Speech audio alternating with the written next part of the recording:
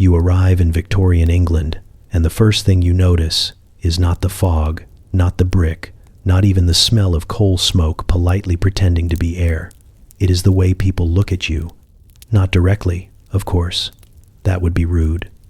They look past you, through you, and then quietly assess everything you failed to do correctly before leaving the house. Beauty here is not decoration. It is evidence. Proof that you are disciplined, respectable, and most importantly, not a problem. You learn this within minutes. Your posture gives you away first. Shoulders slightly forward, chin not quite lifted enough. Someone clears their throat nearby, the Victorian equivalent of an alarm bell. You straighten instinctively, because you understand immediately that slouching is not casual here. It is a confession, a moral failing with bad posture. In this world, the body is expected to behave.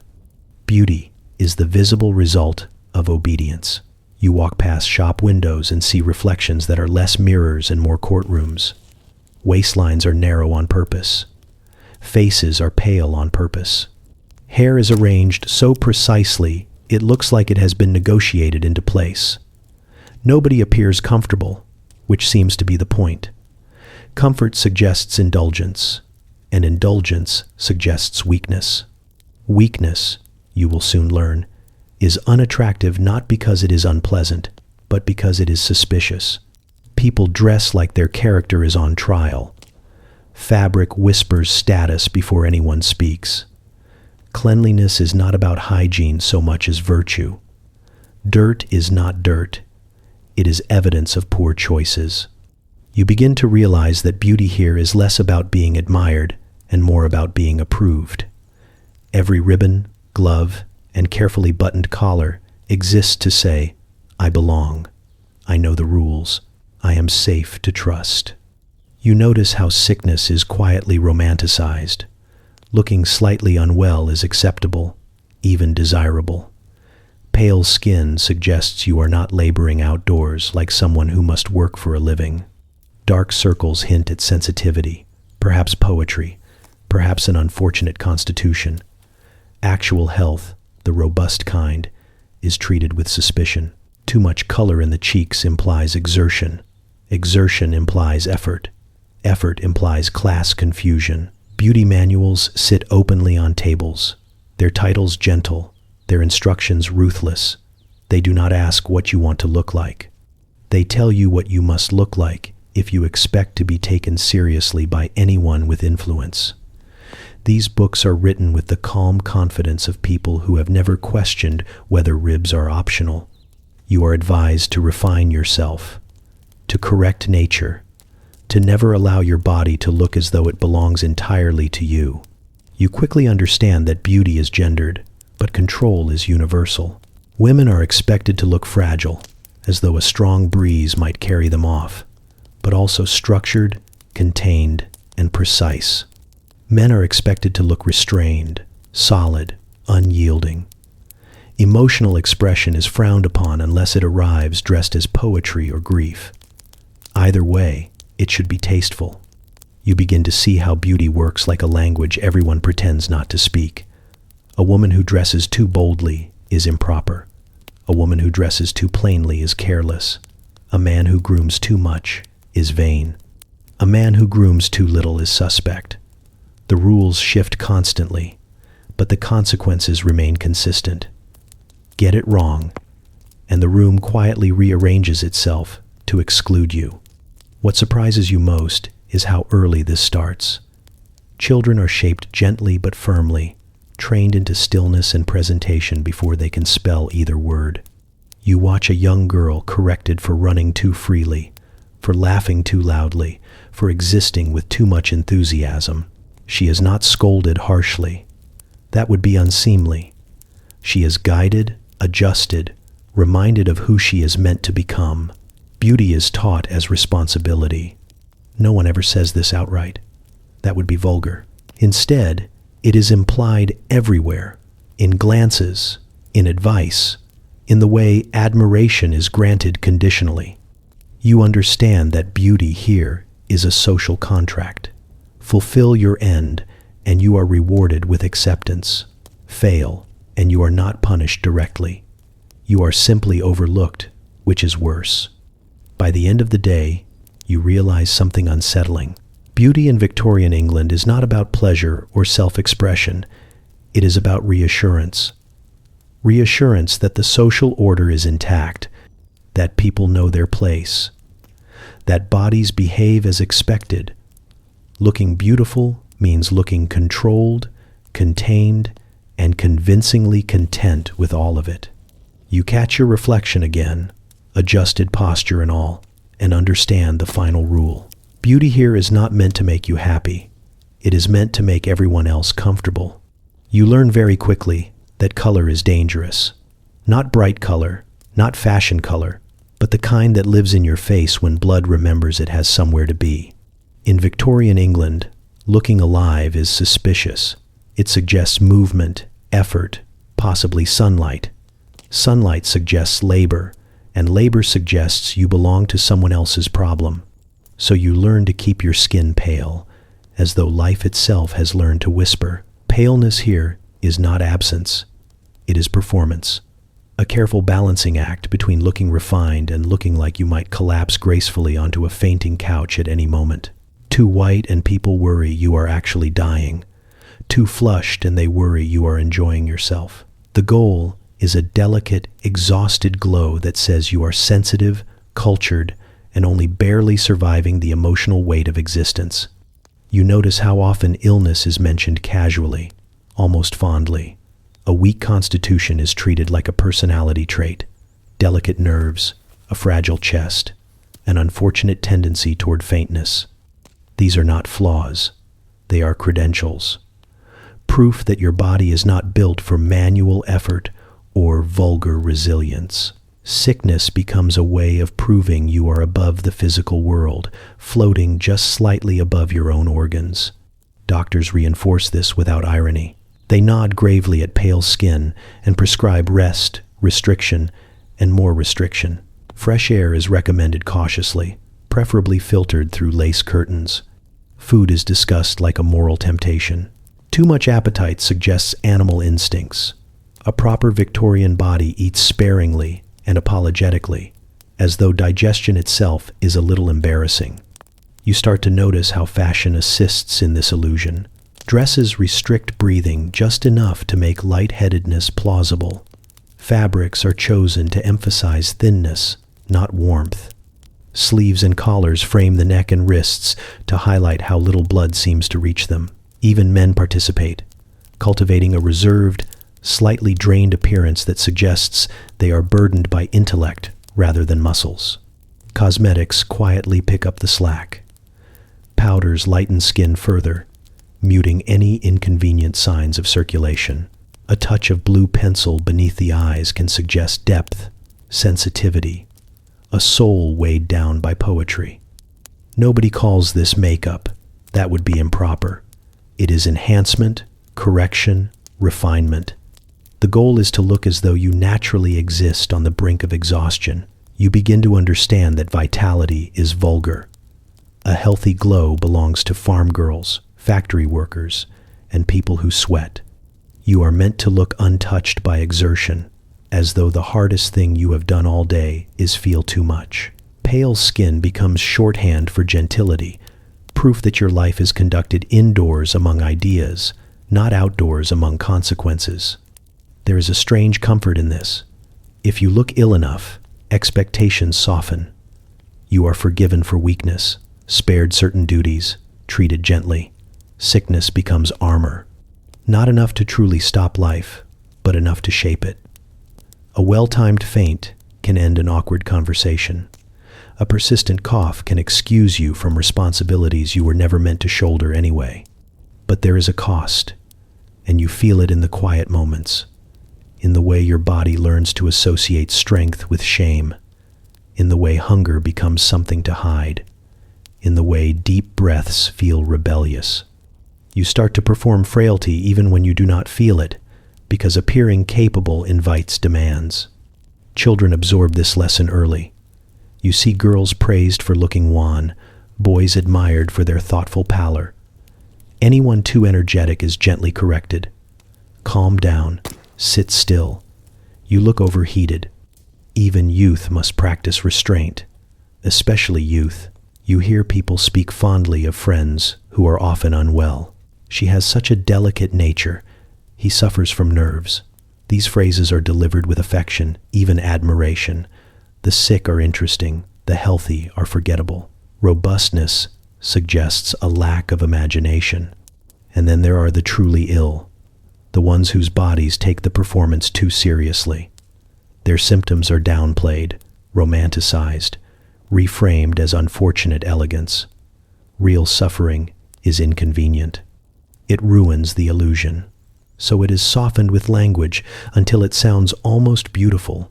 You catch yourself checking your reflection again, watching the color drain back after exertion, feeling relief when it does, pale enough, acceptable. You understand now that looking alive is risky, but looking slightly unwell is ideal. Because in this world, sickness does not mean failure, it means refinement. You step into the corset and immediately understand that this is not clothing, it is architecture. Someone pulls the laces with professional calm, the way a sailor tightens rope or a priest closes a door. Your ribs respond with confusion, then concern. The corset does not care. It is not cruel. It is purposeful. Beauty, you learn, begins when your body accepts that expansion is optional. Breathing becomes a negotiated activity. Shallow is polite. Deep is excessive. Each inhale is measured, each exhale controlled, like you are rationing air for a long winter. You realize very quickly that the goal is not to stop breathing, just to remind your lungs who is in charge. The silhouette must be maintained at all costs, including comfort, digestion, and the radical idea of bending. You are told this will improve your posture. It does, in the same way a wall improves your ability to stand upright. Your spine aligns because it has no alternative. Shoulders roll back. Chest lifts, though not too much. The corset encourages a shape that looks effortless while requiring constant effort to remain alive inside it. You are advised not to fidget. Fidgeting suggests impatience. Impatience suggests temperament. Temperament is unbecoming. Walking becomes an exercise in restraint. You take smaller steps. You turn carefully. Sitting requires strategy. You cannot collapse into a chair. You must lower yourself gracefully, like a fragile object being shelved. Every movement is deliberate. Beauty here is stillness with good manners. People assure you this is normal. Women have worn corsets for generations, they say, as if generations of discomfort have somehow turned it into a virtue. You are told it supports the body, that it trains you, that it helps you hold yourself properly. No one mentions that your internal organs are quietly renegotiating their lease. There is a strange pride in enduring it. Complaining would be worse than pain. Complaining implies weakness without refinement. Endurance, however, is admired. You notice how women speak of tight lacing the way soldiers speak of campaigns. With a mix of nostalgia, humor, and carefully concealed damage, laughter becomes softer, controlled, because laughing too freely requires air. Men notice the result without acknowledging the process. They admire the narrow waist, the lifted posture, the composed stillness. They speak of delicacy as though it appears naturally, like dew. The machinery beneath the dress remains invisible, which is exactly the point. Beauty should never look like work, especially when it is. Doctors weigh in, as they often do, with alarming confidence. Some recommend corsets for support, for alignment, for proper female form. Others caution against excess but never question the premise. The problem is never the corset. The problem is how tightly you choose to obey it. Young girls are introduced early, gently at first, a little structure, a little guidance, nothing extreme. Their bodies learn the language of compression before they learn the language of choice. Growing becomes something to manage, to restrain, to apologize for. Expansion is framed as a temporary inconvenience on the path to proper shape. You discover that fainting is not an accident. It is an accepted side effect. A woman who swoons is not clumsy. She is delicate. She is overwhelmed by feeling, by heat, by the sheer weight of existence. A faint draws attention without demanding explanation. It is the body speaking politely when words would be inappropriate. At social gatherings, you watch women glide rather than move. They perch on chairs, lean lightly, hold themselves as if gravity is optional. Eating is minimal, performed carefully, because food expands things. Things must not expand. You learn to take small bites, chew discreetly, and smile through the pressure blooming under your ribs. There are moments when the corset fades into the background, when your body adapts and you forget the constant constraint. That, you realize, is its greatest success. Beauty becomes something you feel only when it is threatened. A deep breath, a sudden laugh, a moment of carelessness that reminds you the structure is still there, waiting.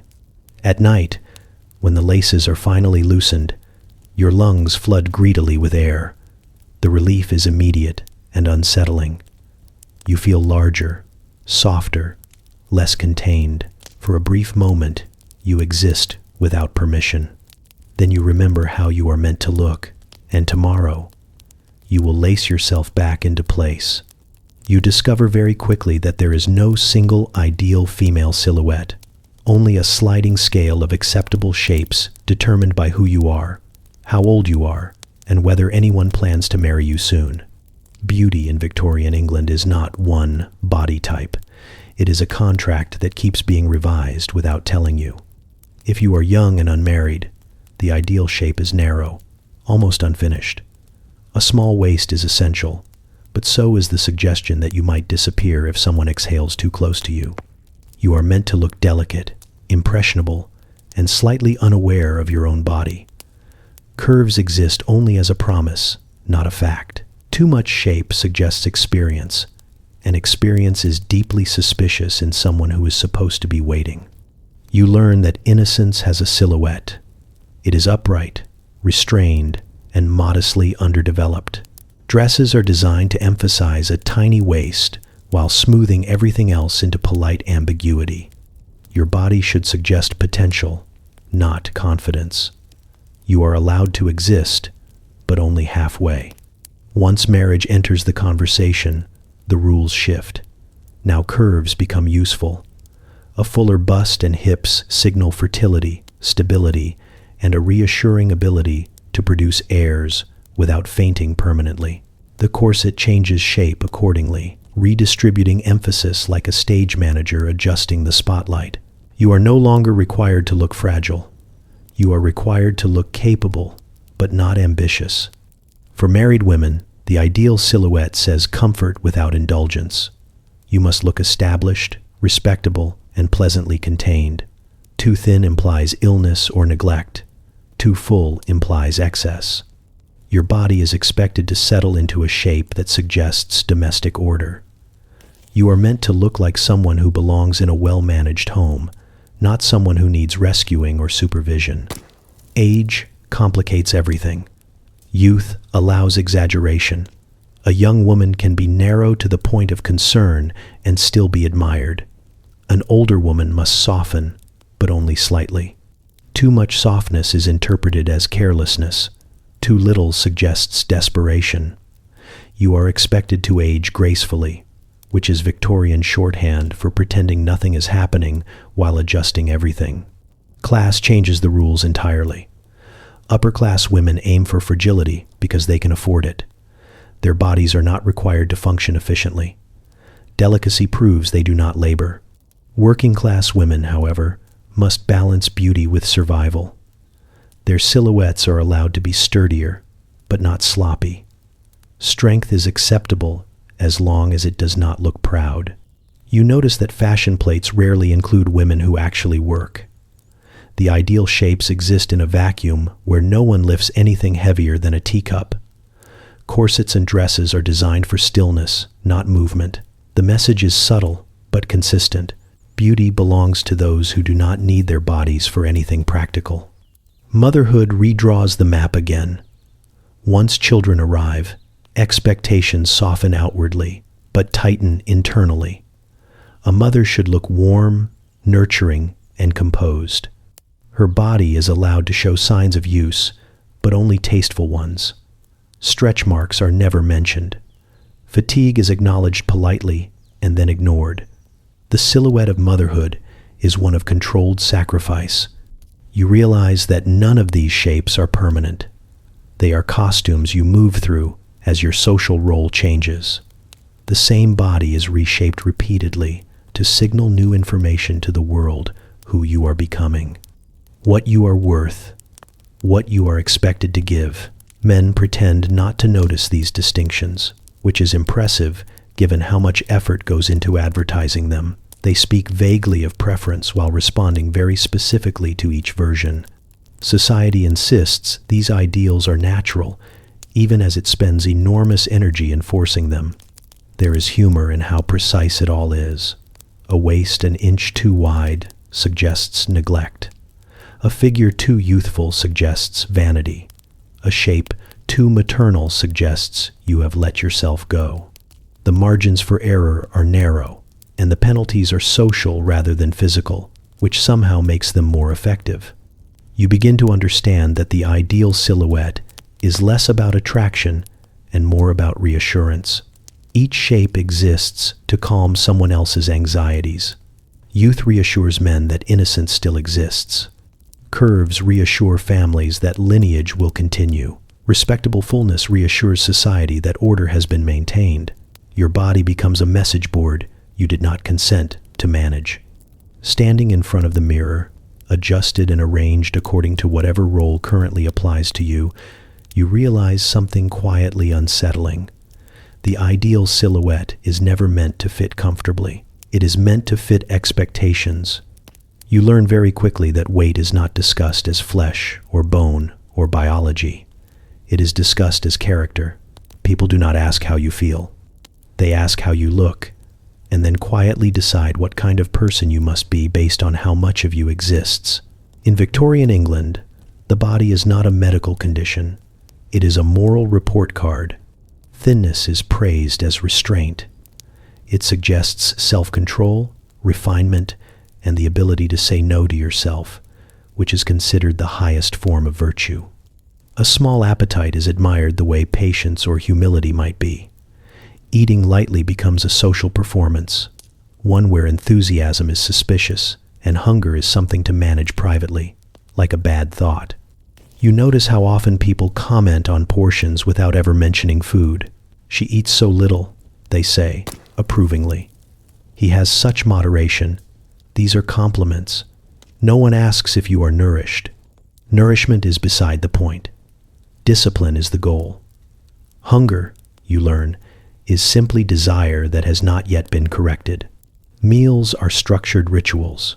You are expected to eat slowly, carefully, and never with urgency. Hunger must never appear desperate. If you finish too quickly, you are indulging. If you take seconds, you are careless. The ideal eater appears vaguely uninterested, as though food is an inconvenience politely tolerated. Doctors reinforce this with alarming enthusiasm. They warn against excess, as if calories are a moral hazard. Rich foods are blamed for weak nerves, bad tempers, and general moral decay. Appetite becomes something to suppress, especially in women. A woman who eats heartily is assumed to lack delicacy.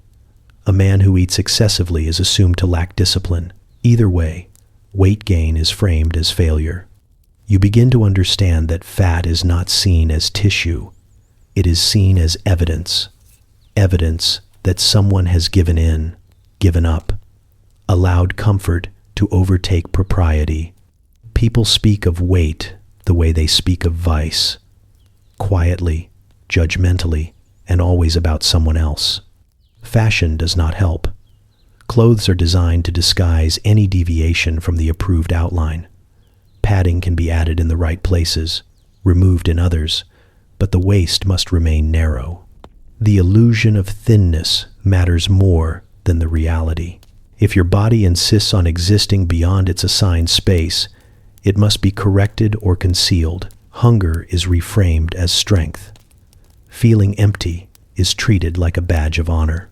You hear women joke about skipping meals, about tight lacing, making food unnecessary, about faintness as if it is a charming inconvenience. The body protesting is not a warning, it is a sign that the system is working. You start to feel proud when you ignore hunger. There is a strange satisfaction in mastering it, in proving that your needs do not control you. You tell yourself this is maturity, refinement. You stop thinking of food as fuel and start thinking of it as temptation. Working class bodies are judged differently, though not more kindly. A sturdier frame is tolerated if it looks useful. Strength is allowed when it serves labor. But even then, excess is frowned upon. Too much softness suggests laziness. Too much appetite suggests a lack of planning. Everyone is expected to manage their body responsibly, according to their station. Children are not spared. Girls are encouraged to eat lightly from an early age. Boys are praised for restraint. Hunger is treated as something to outgrow, like childish impatience. You watch young people learn to distrust their own signals, to second-guess their needs before anyone else has to. There is humor in how seriously this is taken. Entire moral judgments are made over teacups and crumbs. A person's worth can shift based on how they hold a fork. Society insists this is about health, while quietly celebrating practices that make people weak, dizzy, and unwell. You begin to realize that the fear is not fat itself. It is excess. Excess of pleasure, excess of want, excess of presence. Weight becomes a stand-in for all the ways a person might take up too much space, physically or otherwise. Standing at a table, pushing food around your plate until it looks politely touched, you feel the strange victory of restraint. Compliments follow. You are told you have such control. Your stomach disagrees.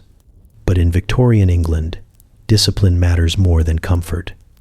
Hunger is no longer a signal, it is a test.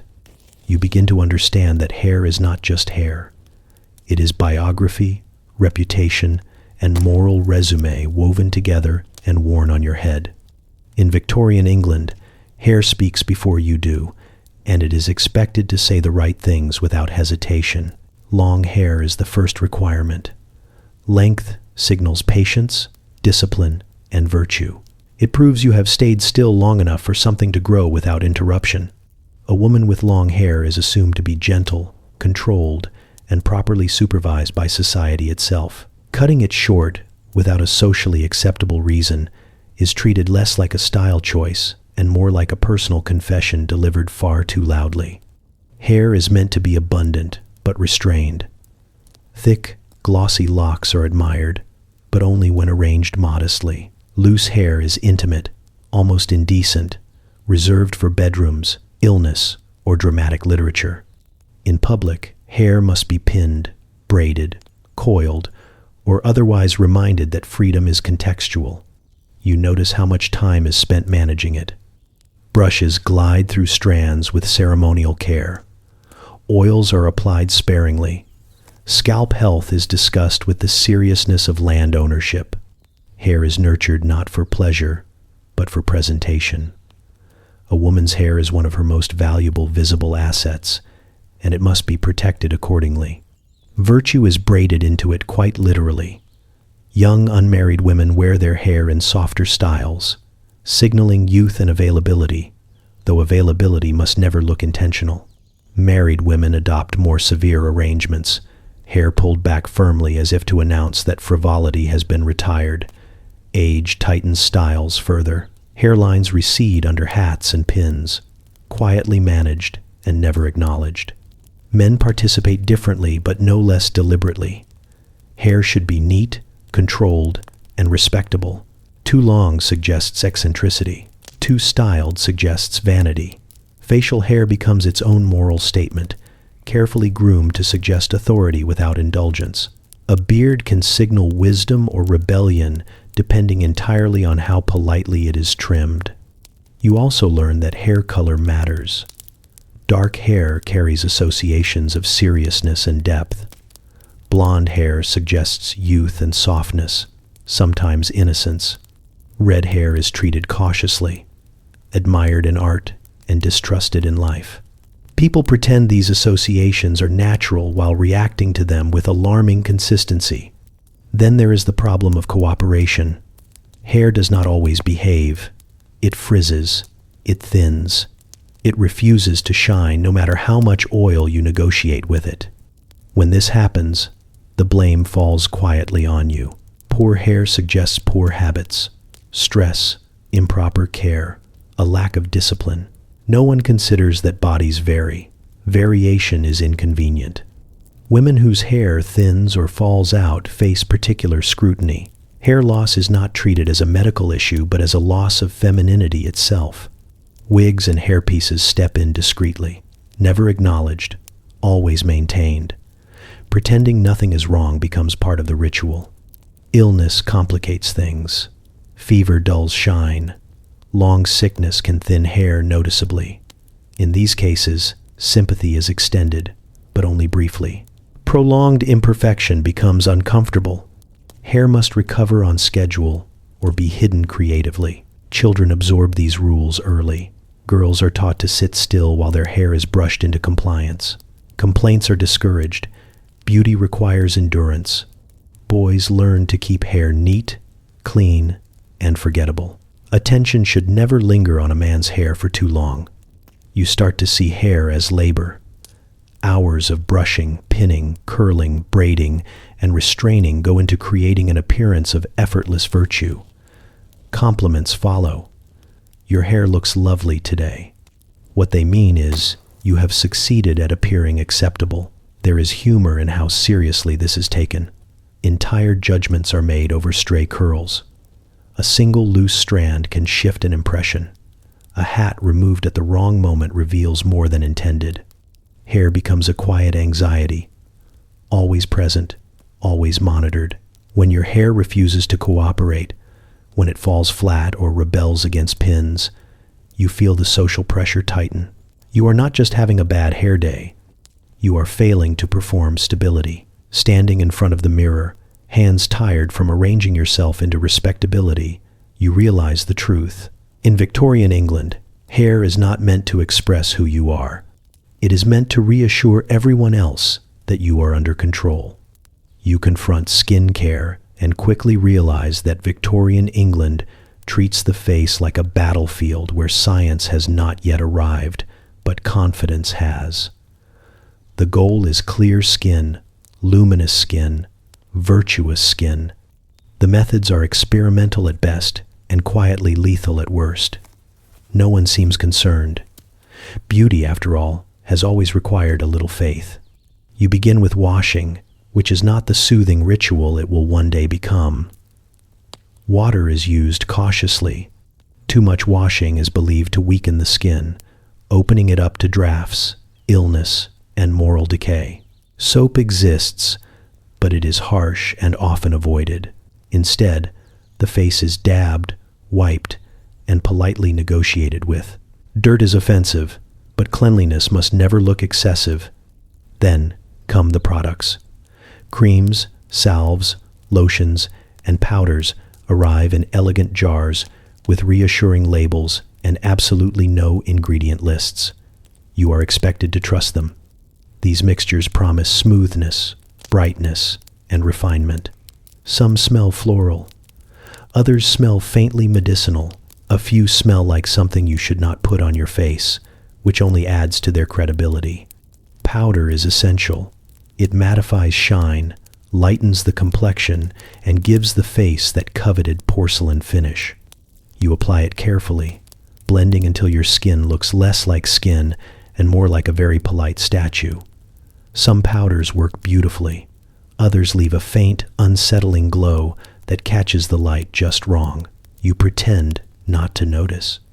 Arsenic makes a discreet appearance in several products, though no one calls it that out loud. It is referred to as a complexion aid, a purifier, a tonic. It promises clear skin and bright eyes. And for a while, it delivers. Pallor deepens, blemishes fade. You look fragile in exactly the right way. Compliments follow. The side effects are less discussed. Tingling, irritation, occasional nausea. These are framed as signs the product is working. Beauty, like virtue, often requires discomfort. If your skin burns slightly, that is simply the impurities leaving. You learn that freckles are a problem. Sun exposure causes them, and sun exposure implies activity. Activity implies effort. Effort implies class confusion. So, freckles must be erased. Lemon juice is suggested. Vinegar. Various acids applied with optimistic determination. The stinging is unpleasant, but brief. The expectation of perfection lasts much longer. Scars are hidden at all costs. Pockmarks from childhood illness are softened with creams that promise miracles. Some work. Some simply rearrange the damage. You learn to angle your face in candlelight, so shadows do the rest. Lighting becomes part of your routine. The face you present is always designed with ambiance in mind. Men are not exempt, though their routines are discussed in lower tones. A man must look clean, composed, and unblemished, but never as though he tried too hard. Shaving products strip skin raw in the name of respectability. Aftershaves sting heroically. Irritation is tolerated. Vanity is not. You notice how much faith is placed in advice columns and beauty manuals. These books speak with authority, offering recipes that sound more like spells than skincare. Egg whites, mercury compounds, chalk, rose water. Each ingredient is chosen with confidence and very little testing. If it worked for someone else, it will work for you, or at least that is the theory. Skin is expected to be uniform, unchanging, and obedient. Any sign of oiliness is corrected aggressively. Dryness is softened cautiously. Aging is ignored as long as possible. Wrinkles are treated as personal failures rather than time doing what time does best. You begin to understand that skincare here is not about health. It is about appearance, holding steady under scrutiny. A flawless face suggests a flawless life, or at least a well-managed one. Imperfections invite questions. Questions invite judgment. There is humor in how casually dangerous all of this is. People cheerfully poison themselves in the name of refinement, trusting that moderation will save them. Just a little powder, just a touch of cream, nothing excessive. Excess, after all, is the real danger. Standing before the mirror, skin dulled into fashionable pallor, you catch that faint, wrong glow again. You tilt your head, adjust the light. It looks fine. It must be fine. Because in Victorian England, if beauty looks convincing enough, the cost becomes irrelevant. You learn very quickly that cosmetics exist in a strange double life. They are everywhere and nowhere at the same time. Every face you see has been adjusted, corrected, softened, or enhanced in some way. Yet no one admits to participating. Makeup in Victorian England is both essential and deeply embarrassing, like having feet but pretending you float. Publicly, cosmetics are frowned upon. A respectable woman is expected to look naturally beautiful, as though her face simply arranged itself out of good character. Paint is associated with actresses, courtesans, and women who earn their living by being looked at too closely. To admit to wearing makeup is to risk being mistaken for someone with intentions. Privately, however, cosmetics are not optional. They are used daily, carefully, and with remarkable precision. Powders even out skin tone. Rouge restores color that fashion has otherwise drained away. Eyebrows are subtly darkened. Lips are tinted just enough to suggest health without implying enthusiasm. The goal is invisibility. Makeup should never be seen. It should only be felt in the way people respond to you. You watch women apply it in dressing rooms with doors firmly closed. Conversations drop to whispers. Jars are tucked away quickly if someone enters unexpectedly. The ritual is practiced, efficient, and quietly anxious. Too much is disastrous. Too little is risky. The perfect face looks untouched, which requires considerable touching. Rouge is particularly dangerous. A little color suggests vitality. Too much suggests vanity, or worse, enjoyment. You learn to pinch cheeks instead, letting blood do the work temporarily. It hurts, but it is morally safer. Some women rely on this method entirely, timing their pinches carefully before entering a room, like performers preparing for a cue. Lip color follows similar rules. Pale lips can look ill, colored lips can look bold. The solution is a faint stain applied sparingly and then blotted aggressively, as though apologizing for existing. You are not meant to look alluring. You are meant to look acceptable. Men pretend cosmetics do not exist at all. They praise fresh faces while responding enthusiastically to the results of careful application. They speak approvingly of women who need no paint, conveniently overlooking the powder settling into candlelight shadows and the subtle tint that keeps everyone looking awake. Advice manuals insist that true beauty requires no artificial help, then immediately provide instructions for homemade cosmetics that do not count as artificial. Natural ingredients are the loophole: beet juice, rose petals, burnt cloves. If it comes from the earth, it is virtuous. If it comes from a shop, it is suspect. Either way, it ends up on your face.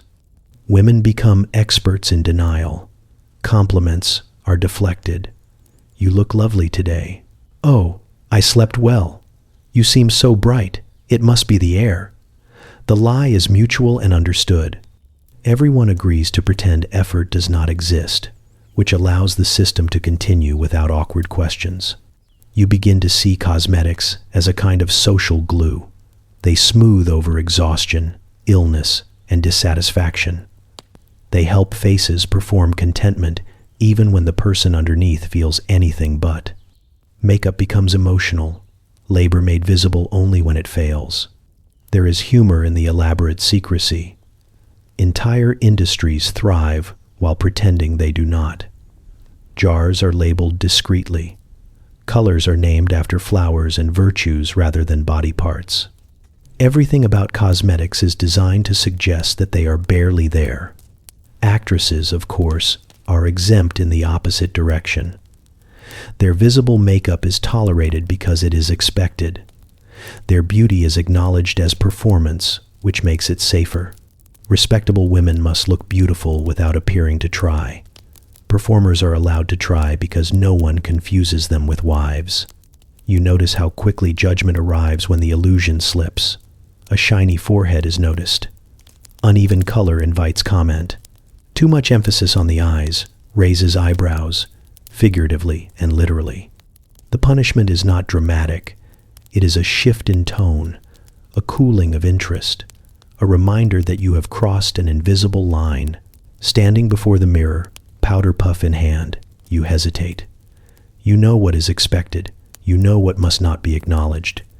You apply just enough to disappear into approval.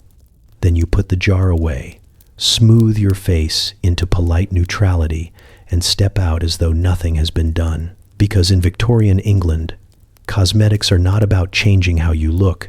They are about pretending you never needed help at all. You learn that beauty in Victorian England is not only worn, it is measured, sometimes literally. Inches matter, fractions of inches matter, and the smaller the number, the louder the approval.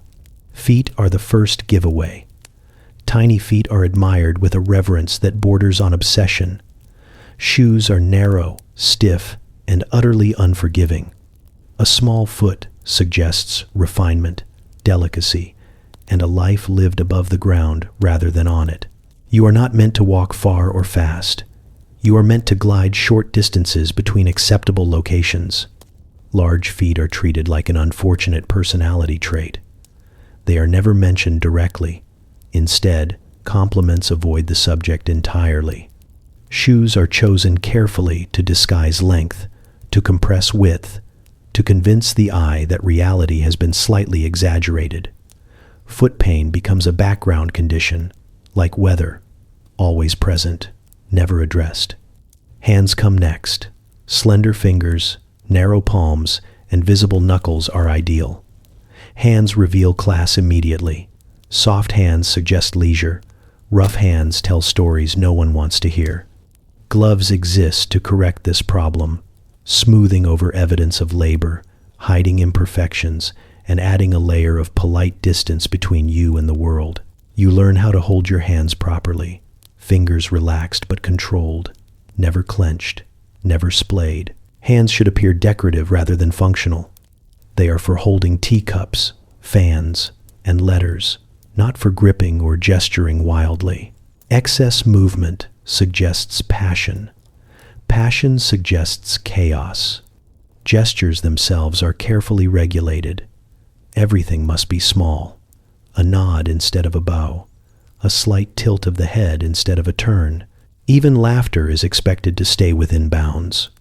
Broad gestures take up space, and taking up space is dangerous if you are not entitled to it. You notice how much effort goes into minimizing presence. People fold inward, arms stay close to the body, elbows behave, bodies learn to exist compactly, like furniture arranged to make a room feel larger. The goal is not invisibility, but containment. Advice manuals outline this with alarming specificity.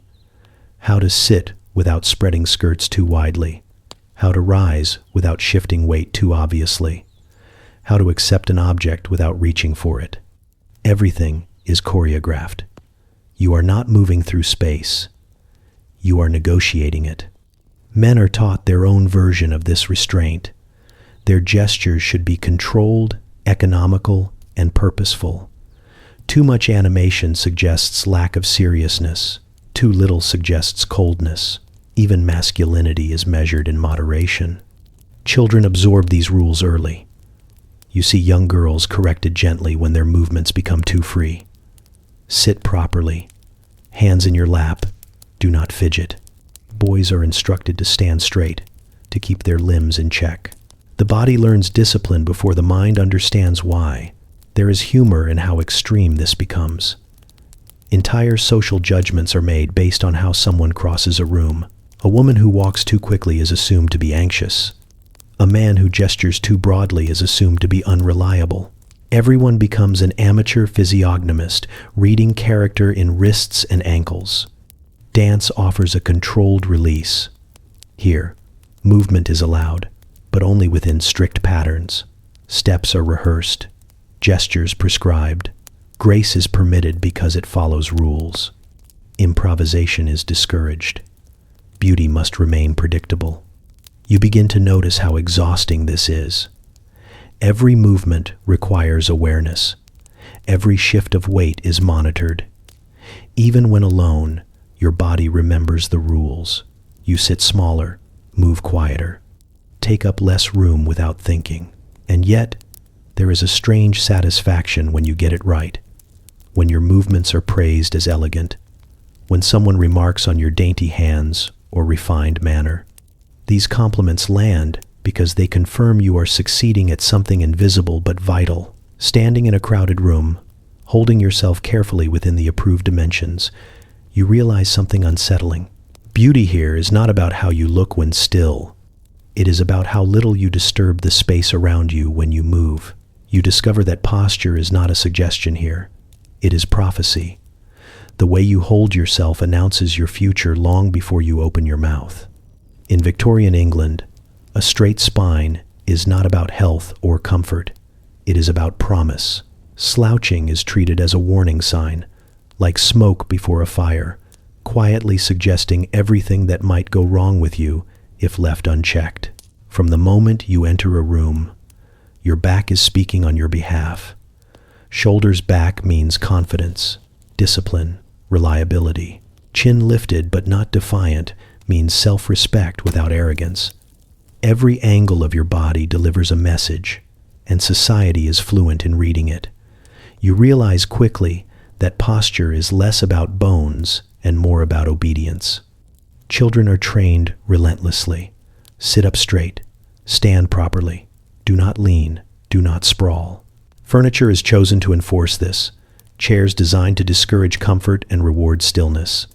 Desks demand attention. Beds even seem to expect restraint. The body is never allowed to forget it is being watched, even when alone. You notice how often adults correct posture without thinking. A hand lightly presses between shoulder blades. A quiet cough signals disapproval. Advice is offered constantly, framed as concern. You will ruin your figure. You will damage your health. What they mean is you will damage your prospects. Posture is linked to class with remarkable precision. The upper classes stand as though supported by invisible strings. Their stillness reads as confidence because it is learned early and reinforced often. The working classes, bent by labor and necessity, are judged harshly for bodies shaped by survival. A curved back becomes shorthand for a limited future. Women are scrutinized most closely. A straight posture lifts the chest, narrows the waist, and presents the body correctly. Slouching ruins, lines, invites gossip, and suggests a lack of discipline. A woman who carries herself poorly is assumed to manage everything else poorly too. Housekeeping, child-rearing, morality, all apparently stored in the spine. Men are not exempt. A man who slouches looks weak, indecisive, or lazy. Military posture is admired even outside military life. Standing tall implies authority. A drooping stance implies failure to command oneself, let alone others. Corsets and braces assist with this, enforcing alignment whether you want it or not. They train muscles through repetition and discomfort. Over time, your body learns the shape expected of it. Straightness becomes habit. Slouching feels wrong, almost shameful, like speaking out of turn. You begin to understand how posture influences opportunity. Teachers favor upright students. Employers trust those who stand confidently. Suitors notice carriage before conversation. Even strangers respond differently depending on how you hold yourself. Your spine becomes a resume. There is humor in how exaggerated this becomes. Entire lectures are delivered about the dangers of poor posture. Doctors warn that slouching leads to illness, moral weakness, and a general slide into ruin. No one questions this logic. It feels obvious. If you cannot hold yourself upright, what else are you failing to hold together? You catch yourself adjusting constantly, straightening when you walk, sitting perched rather than relaxed, standing even when your feet ache because sitting improperly feels worse than pain. Your body learns vigilance. Over time, posture becomes identity. You no longer correct yourself consciously. You simply exist within the approved alignment. You look composed even when you are tired. You appear confident even when you are uncertain. The performance becomes automatic. And then you see someone slouch, just a little.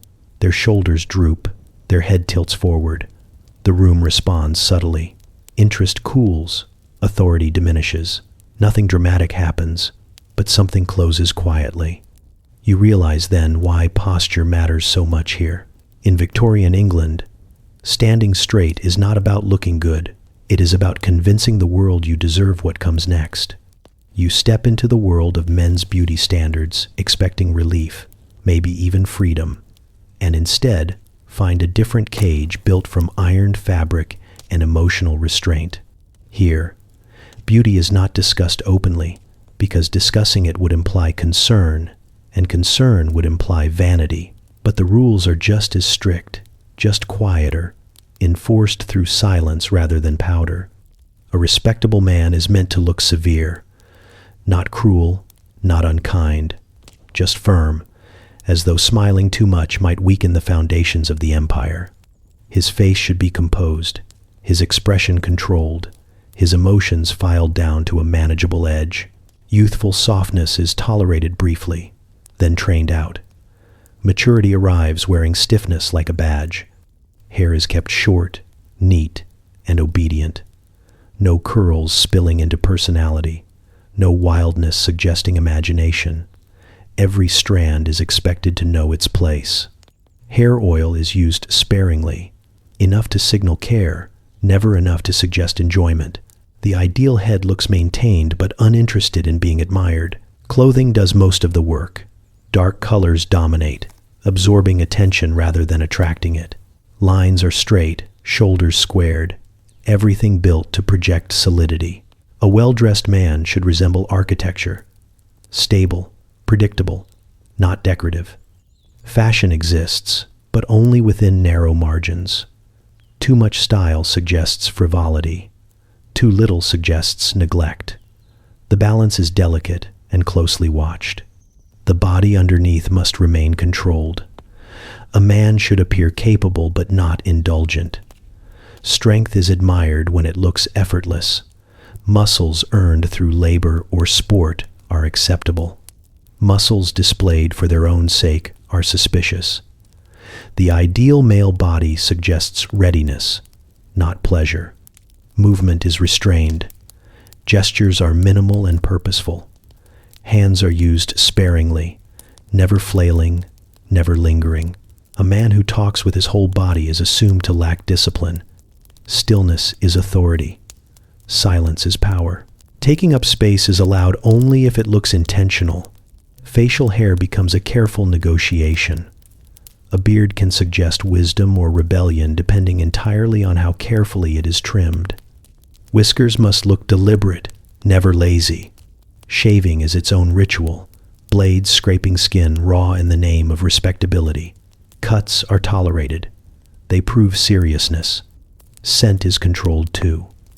A man may smell clean, faintly soapy, perhaps lightly cologned. Strong fragrance is frowned upon.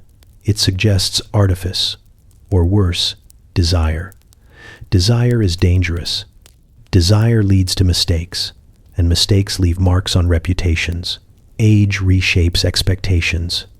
Young men are allowed a little softness, a little uncertainty. Older men must harden visibly. Lines on the face become assets. Gray hair signals authority. Any attempt to appear youthful is quietly mocked. A man must wear time proudly, even when it weighs him down. Class sharpens everything. Upper-class men aim for an appearance of effortless dominance. Their restraint reads as confidence because their position cushions it. Working-class men are judged more harshly. Their bodies are expected to show strength without coarseness, endurance without complaint. Any deviation is noticed. You realize how much effort goes into making it look like no effort at all. The pressed shirt, the polished boots, the controlled voice. All of it communicates reliability. Men are expected to look like they could handle anything, even if they never will. Emotion is managed carefully. Too much feeling shows weakness. Too little shows cruelty. The acceptable range is narrow and constantly shifting. A man must appear steady, even when nothing inside him is. There is humor in how rigid this becomes. Entire lives are shaped around avoiding excess joy, excess grief, excess interest in one's own reflection. Men become experts in moderation, not because it feels good, but because it feels safe. Standing among them, mirroring their posture and tone, you feel the weight of it, the discipline, the denial, the quiet pressure to become unremarkable in exactly the right way. You understand then that men are not exempt from beauty standards here. They are simply expected to endure them without acknowledgement. You examine facial hair and realize it is doing far more work than anyone admits. In Victorian England, a beard is not just hair on a face. It is a statement, a credential, and sometimes a warning. Masculinity here is groomed into place carefully, even when everyone pretends it simply grows that way. Clean-shaven faces once signaled civility and modernity, but now whiskers have marched back into fashion with authority. Beards suggest wisdom, maturity, and seriousness.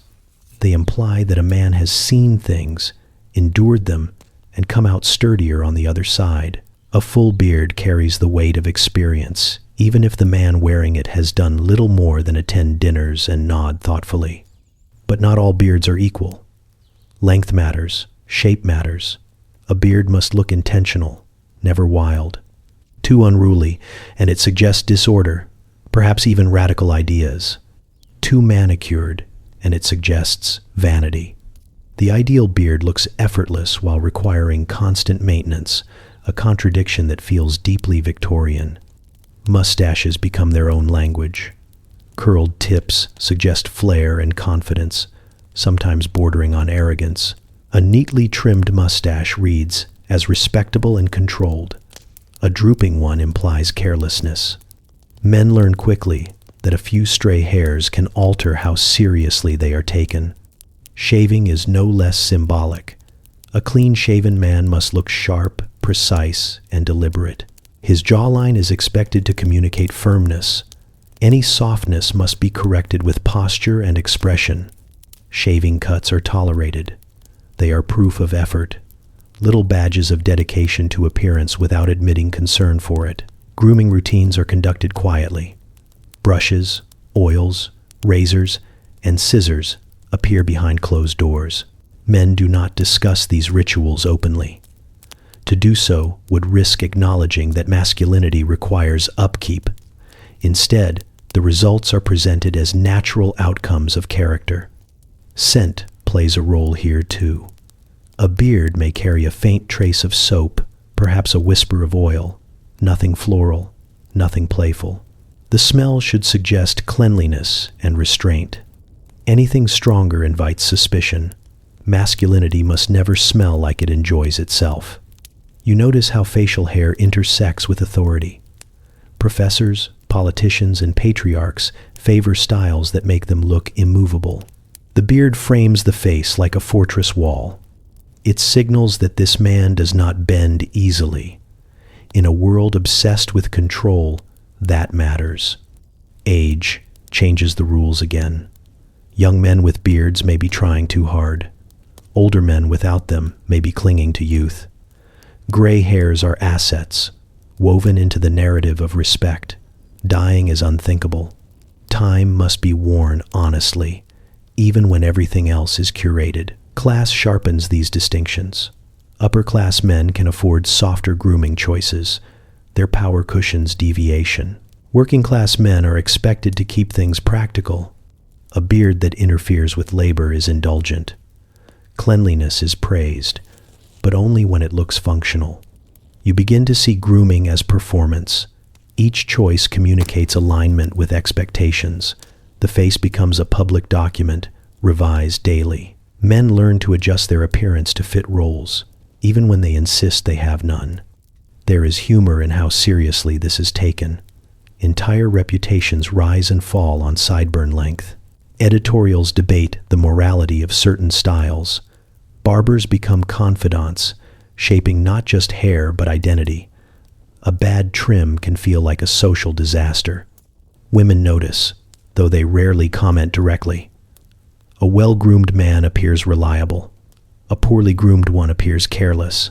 The beard becomes a shortcut for judgment, saving everyone time.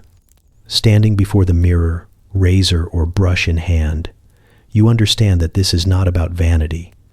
It is about signaling control, about proving you can manage yourself before attempting to manage anything else. In Victorian England, masculinity is not declared loudly. It is trimmed, shaped, and maintained in silence. You learn very quickly that teeth are not just teeth here. They are evidence. They testify quietly to your upbringing, your habits, your self-control, and whether or not you belong in polite company. In Victorian England, a smile is not an invitation, it is a risk. People do not smile freely. They smile cautiously, lips closed, expressions measured. A wide grin exposes too much, and what it exposes will be judged without kindness. Teeth are expected to be orderly, pale, and restrained. Any deviation tells a story you may not want told. Dental care exists, technically, but it is closer to bravery than medicine. Toothbrushes are stiff, powders are abrasive, and advice ranges from mildly helpful to actively alarming. Charcoal scrubs, vinegar rinses, salt mixtures that feel like penance. The goal is not comfort. The goal is control. You notice how breath becomes its own social minefield. Freshness is expected, but discussing it is impolite. Mints exist, but using them too openly implies guilt. A person who smells of mint too strongly is suspected of hiding something worse beneath. The ideal breath smells of nothing at all, which is difficult in a world fueled by boiled meat, strong tea, and pipes. People stand at careful distances when they speak. Conversations are angled, never directly face to face for too long. This is not just politeness, it is strategy. Proximity invites judgment. Bad teeth are interpreted as moral failure. Decay suggests indulgence. Crookedness suggests neglect. Missing teeth imply either poverty or poor judgment, sometimes both. Pain is not an excuse. Endurance is expected. Suffering quietly is considered admirable. You learn that toothaches are common and endured. People work through them, socialize through them, sleep badly and rise anyway. Complaining is frowned upon. Seeking extraction is dramatic and irreversible. Losing a tooth alters how you are seen forever. Smiling too often is suspicious. It suggests frivolity or emotional looseness. Seriousness is safer. A composed expression with minimal exposure communicates reliability. Joy is allowed, but only in moderation and preferably without showing your molars. Women face sharper scrutiny. Their smiles are meant to be gentle, modest, controlled. Bright lipstick is discouraged, not only because it suggests artifice, but because it draws attention to the mouth. Attention leads to inspection. Inspection leads to opinion. Men are expected to keep their mouths firm and neutral. A man who smiles too easily risks appearing unserious. Laughter is allowed, but only when earned. A grin without cause suggests a lack of discipline. You see how quickly reputations form. One poorly timed laugh, one careless smile, one glimpse of uneven teeth. These moments linger in memory far longer than kindness or intelligence. The mouth betrays you even when you mean it no harm. There is dark humor in how much weight is placed on something so fragile. Teeth break. They rot. They ache. Everyone knows this, and yet the judgment persists, relentless and sharp. You catch yourself practicing expressions in reflective surfaces. Lips closed, smile softened, teeth hidden. You learn to laugh behind your hand, to cough strategically, to angle your head just so. The choreography becomes second nature. Breath awareness follows. You avoid certain foods before social events. You rinse discreetly. You chew herbs when no one is looking. You become hyper-aware of the space between you and others, measuring it constantly. The irony is impossible to miss. A society obsessed with restraint lives in constant fear of accidental exposure. One open mouth can undo years of careful presentation. And yet, when you finally witness someone smile freely, truly freely, it feels almost shocking. Their teeth imperfect, their laughter unguarded. For a brief moment, the rules dissolve. Then the room notices. And the room remembers. You understand then why smiles are rationed here, why mouths are managed like reputations. In Victorian England, beauty does not live in the smile. It lives in knowing when not to show one. You explore fashion magazines and advice manuals expecting inspiration and instead find something closer to a polite ultimatum. These publications do not suggest. They instruct. They do not flatter. They warn. Every page feels like it has been written by someone who is disappointed in you personally, despite never having met you. The covers promise improvement in calm, respectable fonts. How to refine your appearance. How to correct common errors. How to avoid becoming that woman. The tone is gentle only on the surface. Underneath, it hums with consequence. Follow this guidance and you may succeed. Ignore it and society will notice immediately. You flip through engravings of ideal figures posed at impossible angles. Waists improbably narrow, necks elongated, expressions serene to the point of near unconsciousness. These are not portraits, they are standards. The accompanying text explains precisely what you are doing wrong and how urgently it must be corrected. Advice arrives disguised as concern. A lady should never appear excessive, excessive color, excessive ornament, excessive individuality. Each paragraph carefully outlines what is tasteful, which coincidentally aligns with what is expensive, restrictive, and difficult to achieve without assistance. Simplicity, it turns out, requires remarkable effort. There is constant emphasis on moderation, though the rules for moderation span several pages. Sleeves must be full but not dramatic. Skirts must be ample but not indulgent. Colors must flatter without attracting attention. The ideal outfit somehow exists in a narrow space between invisibility and scrutiny. The manuals are obsessed with correction, correcting posture, correcting complexion, correcting habits, correcting the body itself. The implication is clear. Left alone, you will become unacceptable. Guidance is not optional, it is maintenance. You notice how frequently shame is used as motivation. Warnings are everywhere. A poorly chosen bonnet may suggest poor upbringing. Improper gloves may hint at moral looseness.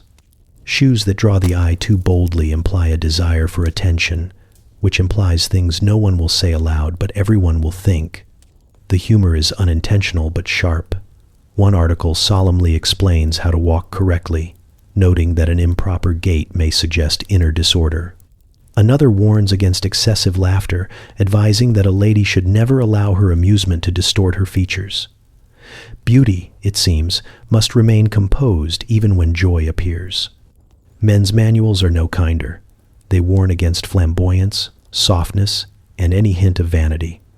A man who dresses too well is suspect. A man who dresses poorly is careless. The ideal lies, once again, in a narrow corridor that shifts depending on who is watching. Fashion magazines insist they are merely reflecting society's expectations, never shaping them. They present rules as natural truths. This is what is admired. This is what is avoided. No alternatives offered. No dissent entertained. Illustrations reinforce the message. Before and after figures demonstrate transformation through compliance. The before is always slouched, poorly dressed, vaguely miserable. The after stands straight, dressed correctly, and looks relieved, as though saved from something unspeakable. You realize these publications are not about creativity. They are about control. They provide a shared script so everyone knows how to judge everyone else. Deviating from it is framed not as personal expression, but as social risk. There is an undercurrent of urgency. Trends change. Advice updates. What was acceptable last season may now be unforgivable. Staying beautiful requires constant vigilance.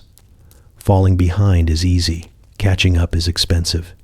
You find yourself reading more closely than you want to admit, measuring yourself against the diagrams, adjusting imaginary hems, correcting posture without realizing it. The manuals work because they make you complicit.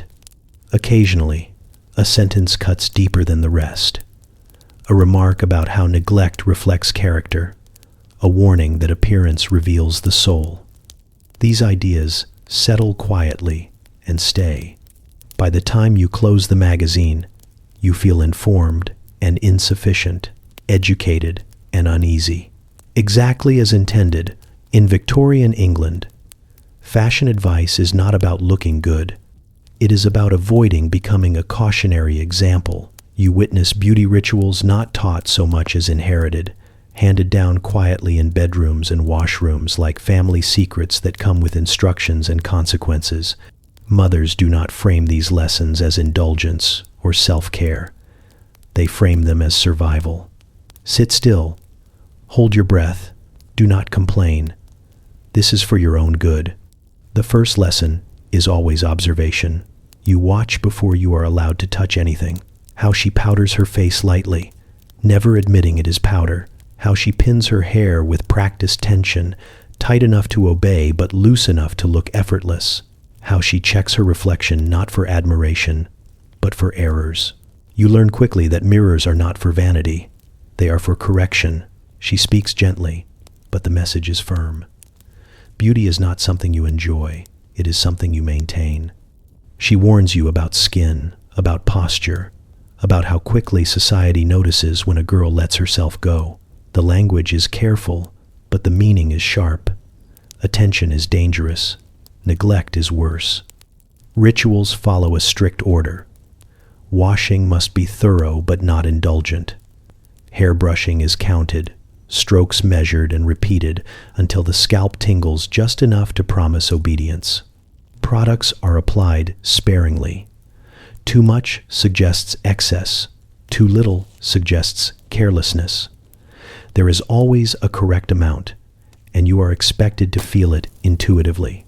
Corsetry enters the conversation early. She does not dramatize it. She normalizes it. Every woman wears one. It improves posture. It supports the figure. She does not mention discomfort unless you do, and even then, it is reframed as adjustment. You will get used to it. Everyone does. Food becomes part of the ritual too. Portions are discussed quietly. Hunger is acknowledged, but managed. A little emptiness is treated as refinement. She reminds you that self-control is admired. Appetite is something to be trained, not trusted. Hair care is layered with symbolism. Long hair is praised. It signals patience, health, virtue. Cutting it is discussed like a last resort. Only illness or disgrace justifies it. You are taught to protect it, braid it, hide it when necessary. Hair is power here, and power must be managed carefully. She tells you stories while she works, not fairy tales. Examples: the girl who laughed too loudly, the woman who dressed too boldly, the cousin who gained weight after marriage and became invisible. These are not told with cruelty. They are told with concern. This is what happens if you are careless. There is humor sometimes, dry and brief. A comment about how ridiculous fashion can be, a quiet joke about impossible standards. But it never lasts. The rules remain. Humor does not erase consequence.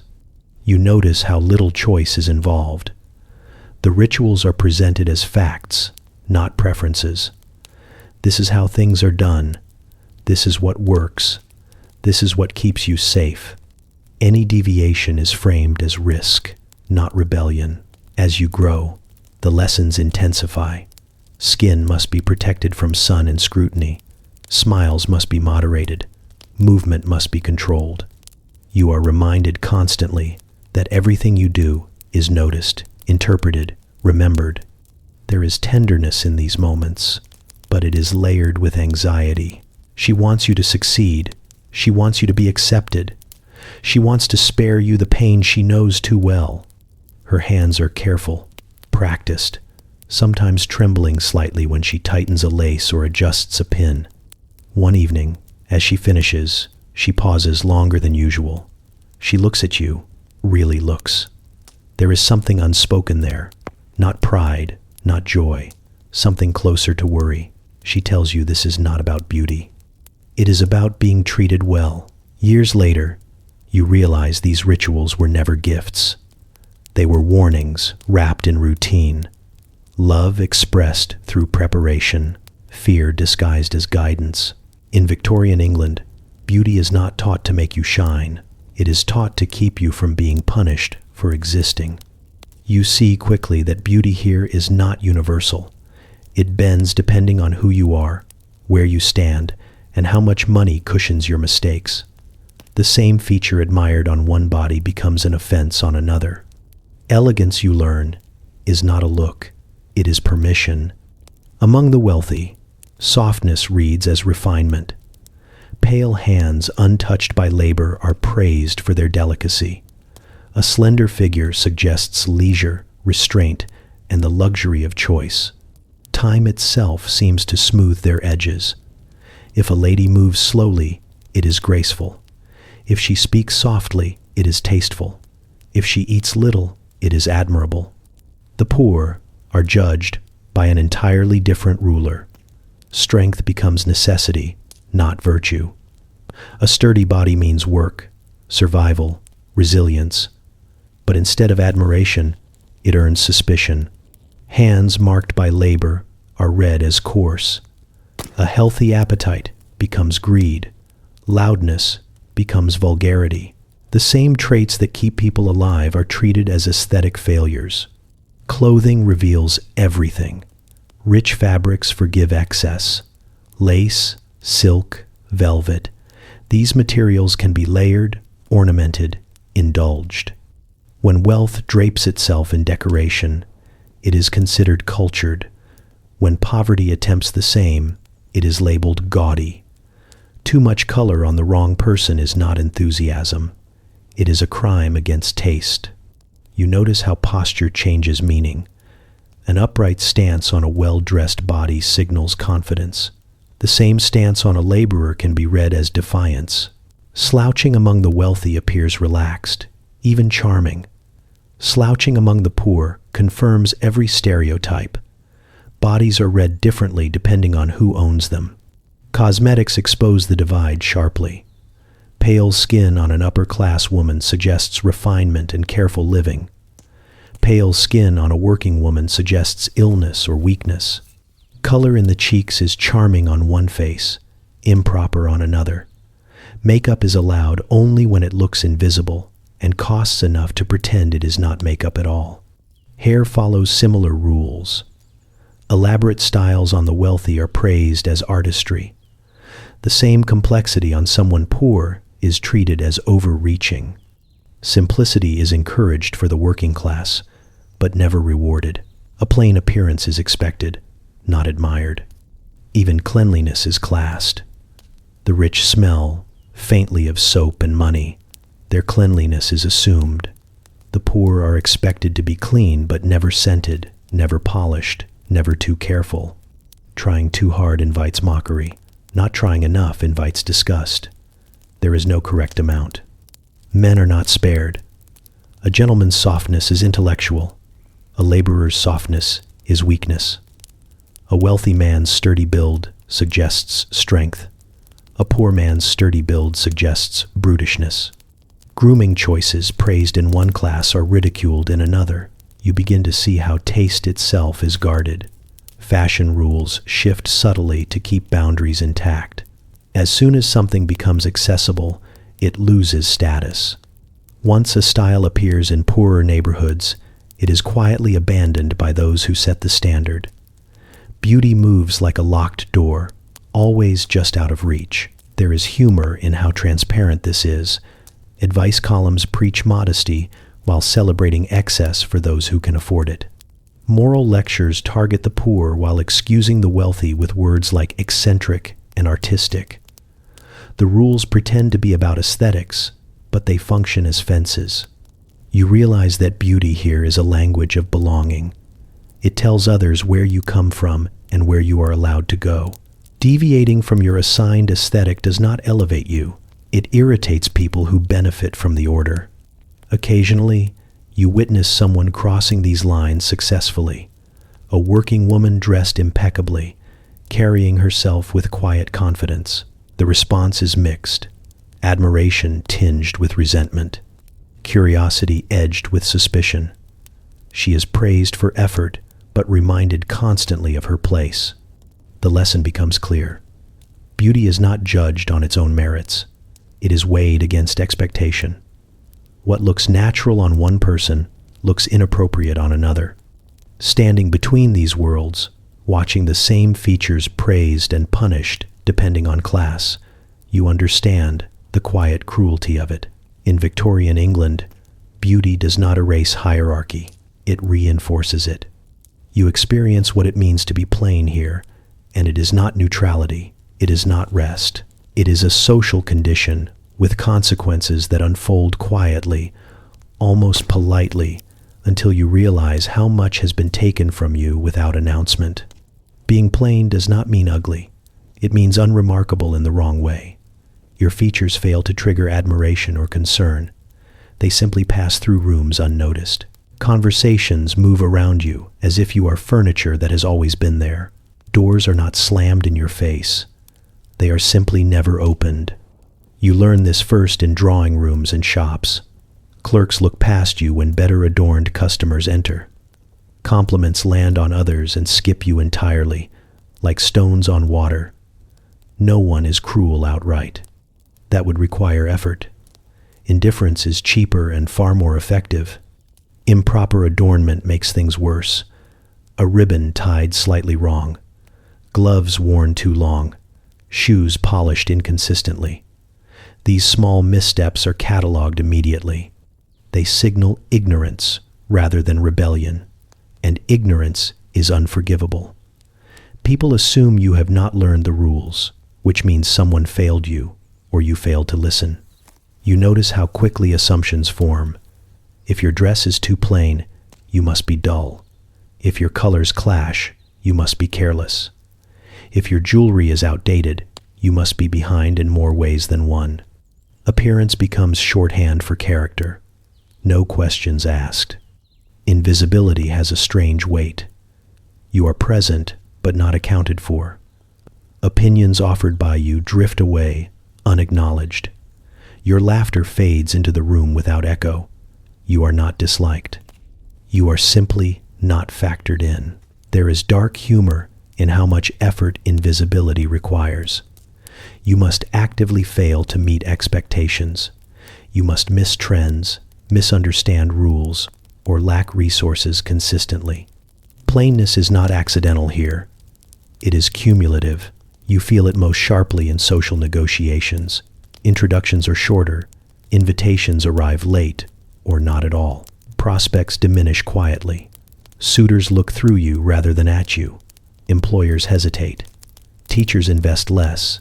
Everyone saves their energy for someone more promising. Improper adornment invites a different response, not invisibility, but scrutiny. Too much color, too much ornament, too much confidence. These draw attention, but the wrong kind. Whispered assessments follow you. Raised eyebrows. Pauses in conversation.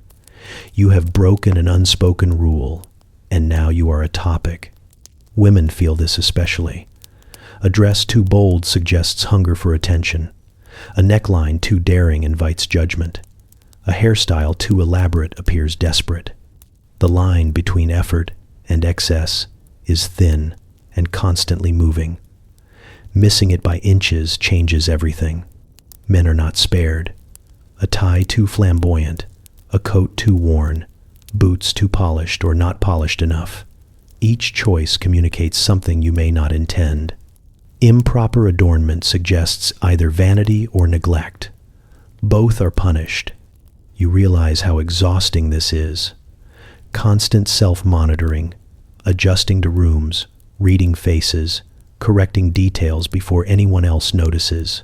Plainness feels safer than being wrong, but safety comes at the cost of presence. Occasionally, someone kind notices you. A comment offered, a question asked. These moments feel startling, almost intimate. You cling to them longer than you should. They remind you that visibility is possible, but conditional. There is cruelty in how beauty operates here, but it is quiet cruelty. No one announces your failure. No one explains what you did wrong. The rules are assumed to be obvious. If you do not follow them, the fault is yours. You begin to understand that beauty here is not about pleasure.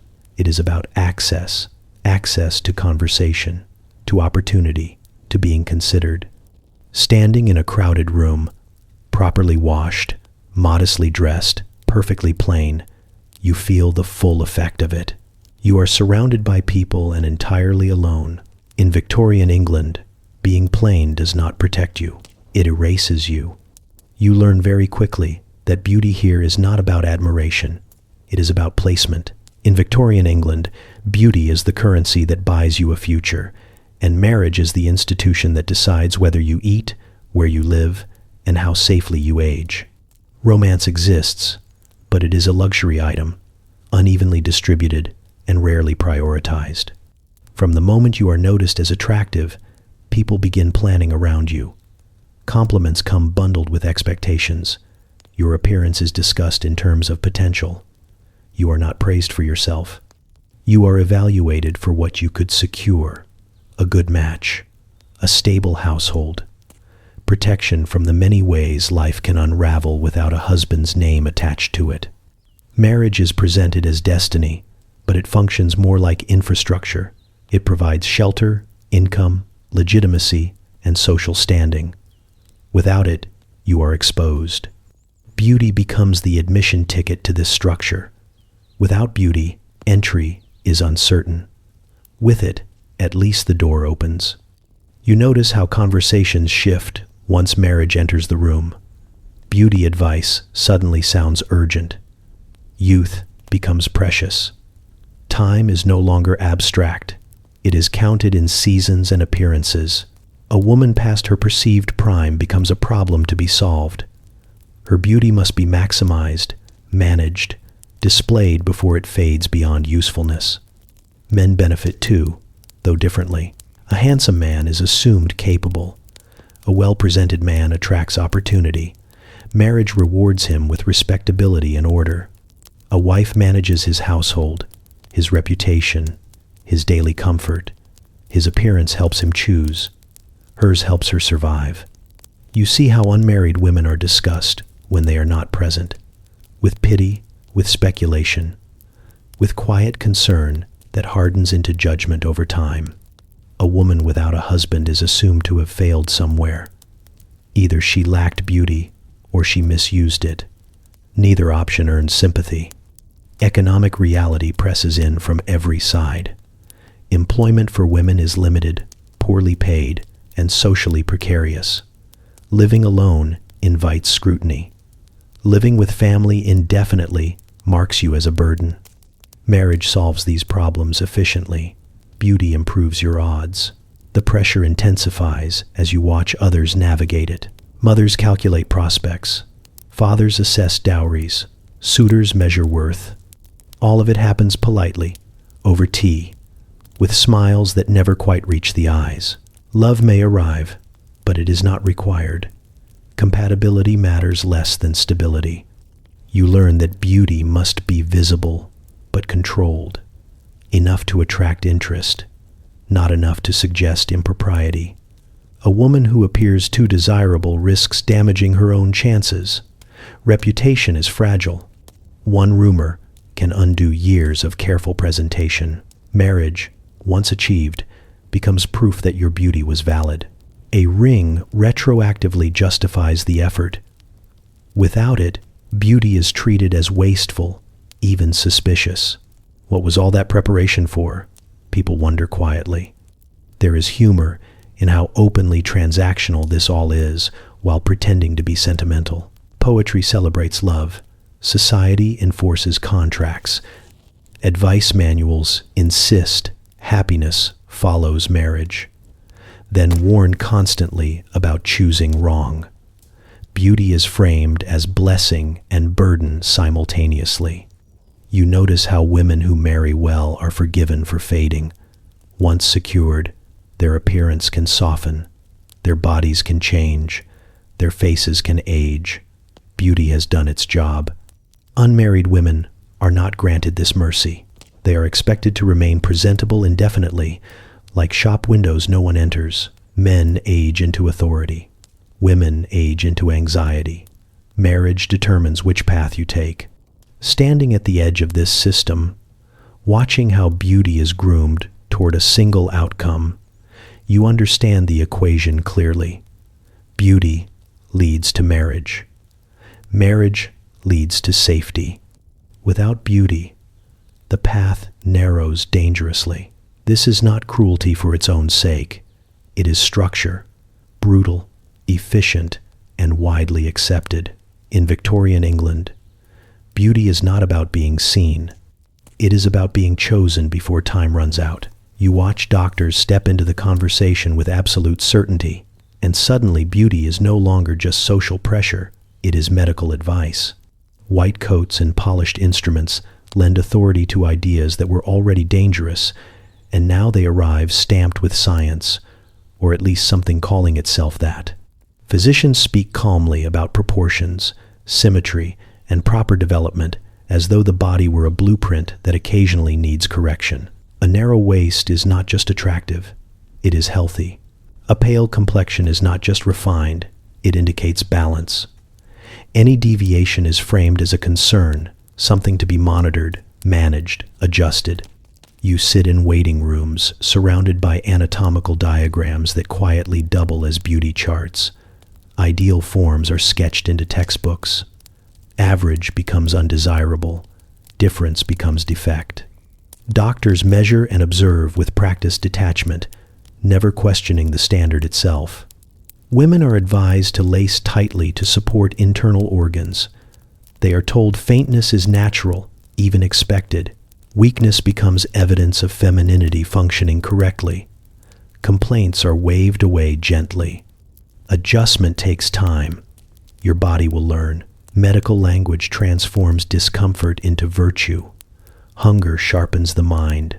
Thinness preserves health. Restlessness is hysteria.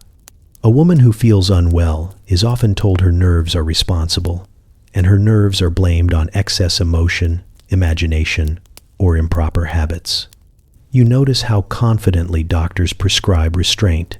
Eat less, sit straighter, move delicately, sleep properly.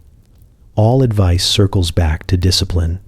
A well-managed body is a beautiful body, and beauty is treated as proof of good health rather than its byproduct. Men receive their own lectures. Broad shoulders are praised. Strong jaws suggest vitality. A soft body is warned against, framed as moral and physical decline. Doctors warn men that indulgence weakens both muscle and character. Health becomes another arena for self-control. There is humor in how flexible medical certainty is. One decade praises tight corsets. Another warns against them. 1 year pale skin is ideal. Another suggests a touch of color signals vigor. The authority remains constant even as the advice contradicts itself. You hear about treatments that promise improvement, powders to whiten skin, tonics to suppress appetite, drops to calm nerves, pills to correct temperament. Ingredients are mysterious. Effects are unpredictable. Confidence is unwavering. Doctors speak of women's bodies as if they are perpetually on the verge of malfunction. Puberty, menstruation, pregnancy, menopause, all described as conditions requiring oversight. Beauty is used as a diagnostic tool. A woman who looks correct must be functioning correctly. You realize how little consent matters. Patients defer to expertise. Families trust authority. A doctor's word outweighs discomfort. If beauty and health align, any pain endured in pursuit of that alignment is justified. There is a quiet fear that runs beneath it all. Fear of degeneration, fear of disorder, fear that bodies left unmanaged will unravel society itself. Beauty standards become a defense against chaos, and medicine positions itself as the gatekeeper. You see how quickly medical opinions spread into households. Mothers repeat advice verbatim. Magazines quote doctors approvingly. Beauty routines become health routines without anyone noticing the shift. Standing in an examination room, listening to a physician explain why your body must be corrected for your own good, you feel the weight of it, the certainty, the calm, the lack of doubt. This is no longer about taste or fashion.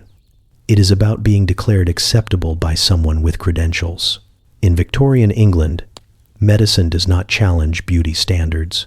It enforces them with alarming confidence. You confront the physical cost of all this beauty and realize that the fainting couches are not decorative. They are necessary infrastructure.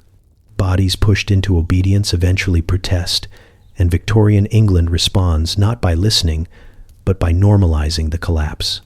Fainting is everywhere. Parlors pause while someone swoons gracefully onto upholstered furniture. Smelling salts appear like stage props. The room murmurs with practiced concern. No one asks why this keeps happening. It is simply understood as part of womanhood, like lace or silence. You learn that tight lacing reshapes more than the waist.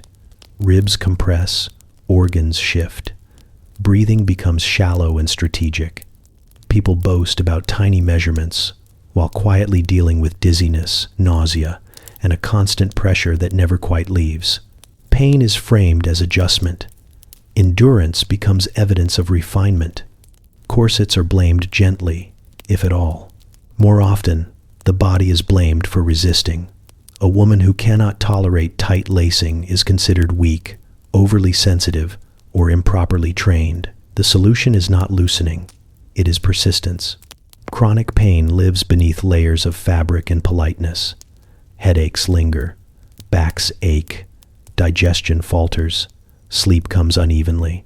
These discomforts are discussed in whispers, if discussed at all. Complaining too openly risks being labeled dramatic. Silence is safer. You notice how illness becomes aesthetic. Fragility is admired. A delicate constitution suggests refinement. Robust health reads as coarse. Women praised for looking ethereal often feel perpetually unwell, but the praise is powerful enough to drown out concern.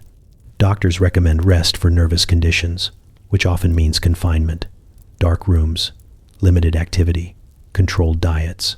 The cure for beauty-related illness frequently involves further restriction. Recovery looks suspiciously like discipline. Men suffer differently, but no less quietly. Stiff collars strain necks. Heavy boots punish feet. Rigid posture leads to back pain that is ignored or joked away. Admitting discomfort undermines authority. A man is expected to bear it. You hear stories passed casually. A cousin who fainted repeatedly and was praised for her delicacy until she collapsed one final time. A friend whose organs never recovered after years of tight lacing. A woman whose chronic pain was dismissed as nerves until it consumed her days. The humor is dark and unintentional. Society marvels at how pale and composed someone looks while stepping carefully around the reality that she cannot climb stairs without dizziness. Beauty is celebrated even as it incapacitates. Pain becomes background noise. It is expected, managed, minimized.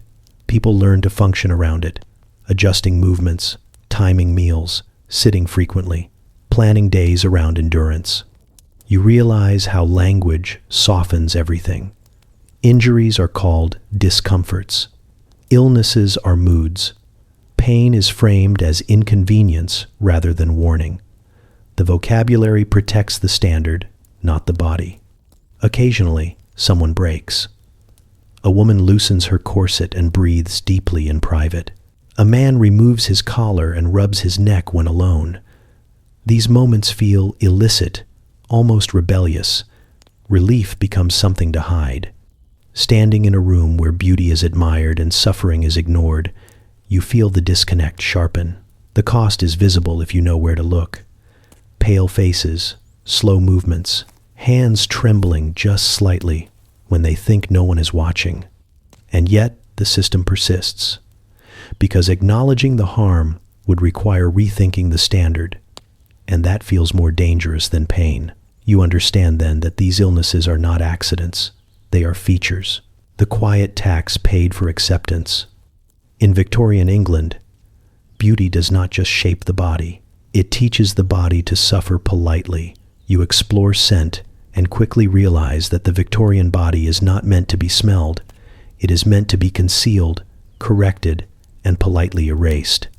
Natural odor is treated as a moral failure, a sign that something about you is unmanaged, uncontrolled, or dangerously close to animal. The problem is that this is an age of coal smoke, horse traffic, heavy wool, unventilated rooms, and bathing that is careful rather than frequent. Bodies exist. They sweat. They work. They age. Society responds not by addressing conditions, but by layering fragrance over everything and hoping no one notices what is underneath. Perfume becomes both essential and suspect. A light scent is acceptable, even admired, but only if it whispers. Anything noticeable risks judgment. Too much fragrance suggests you are hiding something. Too little suggests you are careless. The ideal scent is one no one can quite identify. only sense faintly as cleanliness and restraint. Women are taught early that scent must never arrive before they do. Floral notes are favored, especially rose, lavender, and violet. These smells suggest purity, calm, and emotional softness. They are meant to float just above the skin, never cling. A woman who smells strongly of perfume is assumed to be compensating. Men's scents are sharper, but no less controlled. Citrus, wood, tobacco, clean and brisk. Masculinity is allowed scent, but not indulgence. A man who smells too pleasant invites suspicion. Groomed, yes. Fragrant, no. You notice how scent is tied to class. The wealthy smell faintly of soap, linen, and expensive subtlety.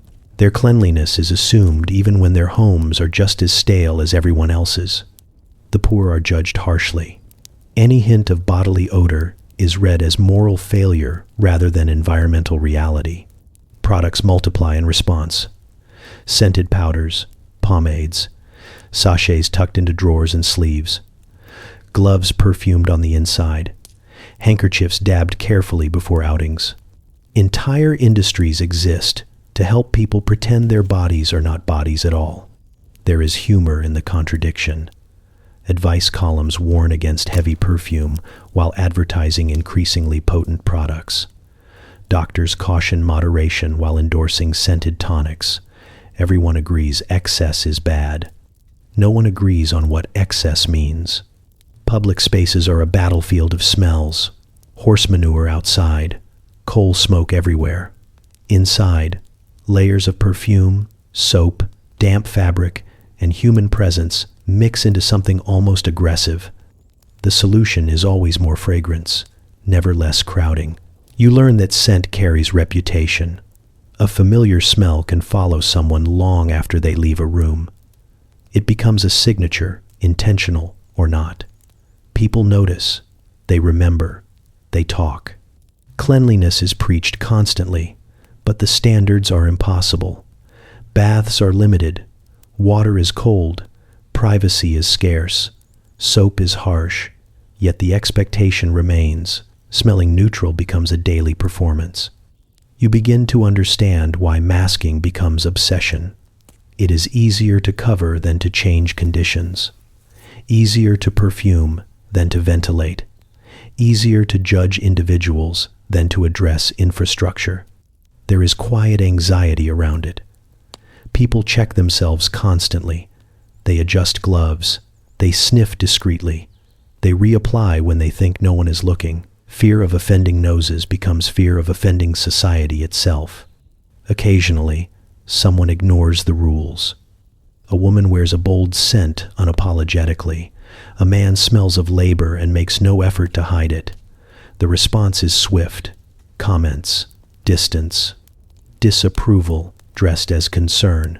Standing in a crowded room, layered in fabric and fragrance, you feel the weight of it. The constant effort to be unnoticeable in the most specific way possible.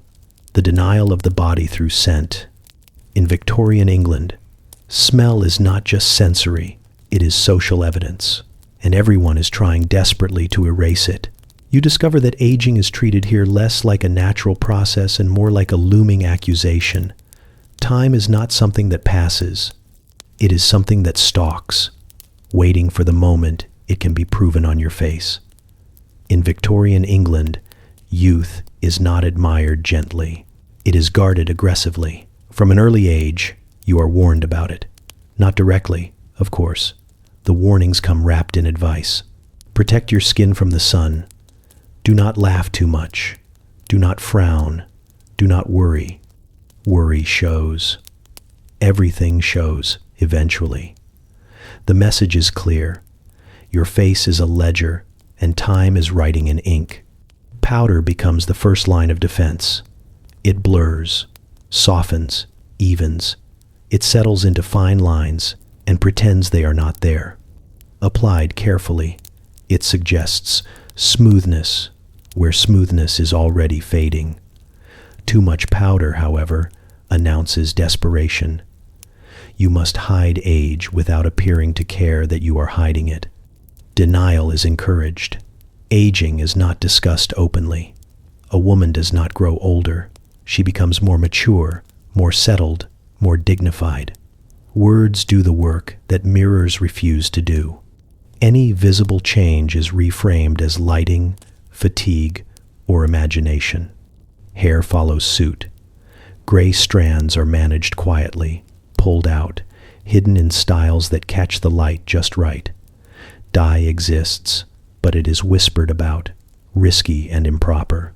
A woman must age gracefully, which means aging only where it flatters and nowhere else. Men are allowed a different narrative. Gray hair becomes distinguished. Lines suggest wisdom. Age settles into authority for them, while for women it becomes something to outrun. A man's aging face adds weight to his voice. A woman's aging face subtracts attention from hers. You see how this fear reshapes behavior. Older women soften their expressions to avoid lines. They choose clothing meant to suggest timelessness, which usually means invisibility. They speak less in public spaces, letting youth occupy the center. Advice manuals grow more urgent with age. How to maintain freshness, how to preserve vitality, how to avoid appearing tired. There is always an implication that effort might save you if you try hard enough. Failure is personal. Illness accelerates the anxiety, a fever that hollows cheeks, stress that deepens lines. Life leaves marks, and society punishes you for showing them. Rest is prescribed, but rest rarely fits into reality. There is humor in the collective pretending. Everyone notices age. Everyone comments on it privately.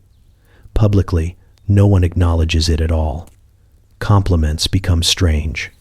You look well for your age. You haven't changed a bit. These phrases hover between kindness and cruelty. You begin to understand why youth is idolized. It is not just beauty, it is possibility. Youth suggests that nothing irreversible has happened yet. Once age becomes visible, your story feels narrower. Fewer roles, fewer chances, less patience from the world. Powder thickens. Hairstyles stiffen. Jewelry becomes more conservative. Everything signals stability rather than allure. This transition is expected, even demanded. Resisting it invites ridicule. Accepting it invites invisibility. Standing in front of the mirror, light carefully arranged, you catch sight of yourself between eras. Not young enough to be celebrated, not old enough to be dismissed entirely. This in-between space feels dangerous. You realize then that aging here is not feared because it ends beauty. It is feared because it exposes how conditional beauty always was, and how quickly the world moves on once it decides you no longer represent possibility. You see beauty come alive most vividly at night, under chandeliers and candlelight, where it stops being theory and becomes transaction. Balls, dinners, and crowded parlors turn appearance into currency, exchanged silently across rooms with practiced glances and carefully timed smiles. No one says this out loud, but everyone understands the economy immediately. Entering a room is an event. You are assessed before you are greeted. Dresses rustle, coats are removed. Posture straightens instinctively. Faces settle into their best versions. Beauty here is not static. It activates the moment others are present. At a ball, movement matters as much as stillness. The way you stand at the edge of the room signals confidence or uncertainty. Too eager and you appear desperate. Too passive and you fade into the wallpaper. Beauty must look effortless, even though effort hums beneath every gesture. Glances become negotiations. A look held half a second longer than polite can mean interest, curiosity, or challenge. A look broken too quickly suggests insecurity. Eyes flicker constantly, measuring, comparing, ranking. Who is admired? Who is ignored? Who has risen since last season? Who has slipped? You notice how women cluster strategically, arranging themselves to maximize advantage. A striking woman placed beside a plainer one looks even more impressive. Youth positioned next to maturity reads as promise. Fashion becomes chess, each placement deliberate. Men circulate differently. They observe, approach, retreat. A confident stride carries weight. Hesitation costs opportunities. Beauty influences who is spoken to, but confidence determines how long the conversation lasts. Still, appearance opens the door. At dinner parties, seating is its own hierarchy. Proximity to hosts signals favor. Attractive guests are placed where they can be seen, admired, and discussed. Less desirable ones are tucked away politely. Conversation flows around the table, but attention does not distribute evenly. Compliments are currency too, given sparingly, received carefully. To accept too eagerly looks vain. To deflect too much looks ungrateful. The perfect response acknowledges without indulging. Thank you. That is kind. Then redirect. Keep moving. You realize how beauty buys patience. Mistakes are forgiven more easily. Awkwardness is charming rather than embarrassing. Silence becomes mysterious instead of dull. Those without beauty do not receive these allowances. Their errors linger. Music swells. Dancing begins. Partners are chosen based on a complex mix of attractiveness, reputation, and strategy. Being asked to dance is validation. Being overlooked is information. Each set rearranges the social map. There is humor in how subtle it all is. No one announces their ambitions. No one admits they are watching. And yet the room hums with quiet calculation. Who will marry well? Who will secure influence? Who will be talked about tomorrow?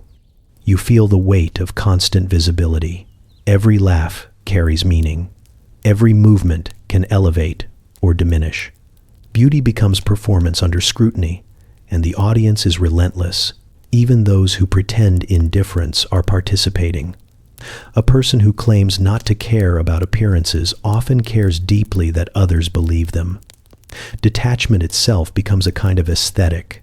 You watch alliances form over shared admiration. Rivalries sharpen through comparison. A well-dressed newcomer can shift the balance instantly. Beauty injects energy into the room, rearranging attention like furniture. Standing near the edge, you notice how quickly momentum builds. Once attention turns toward someone, it multiplies.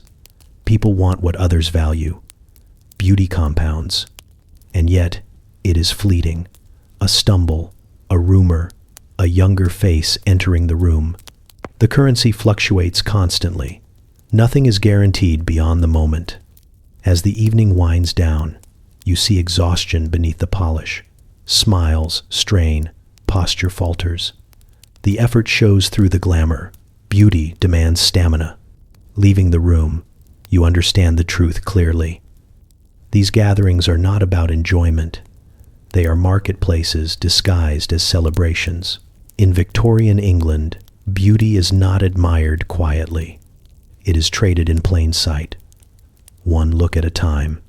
You encounter rebellion not as shouting or spectacle, but as something quieter and far more unsettling to the order around it. It arrives disguised as small choices, a loosened lace, a dress worn a season too long, a woman who pauses before complying and then does something slightly different instead. At first, you almost miss it. Victorian rebellion is not loud. Loudness attracts correction.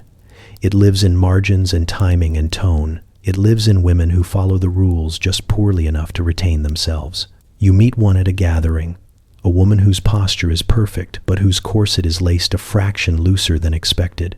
She breathes fully. You notice because she laughs, and the laugh does not sound rationed. No one comments on it, but several people notice. The room adjusts around her in subtle ways. Another woman refuses powder, not dramatically.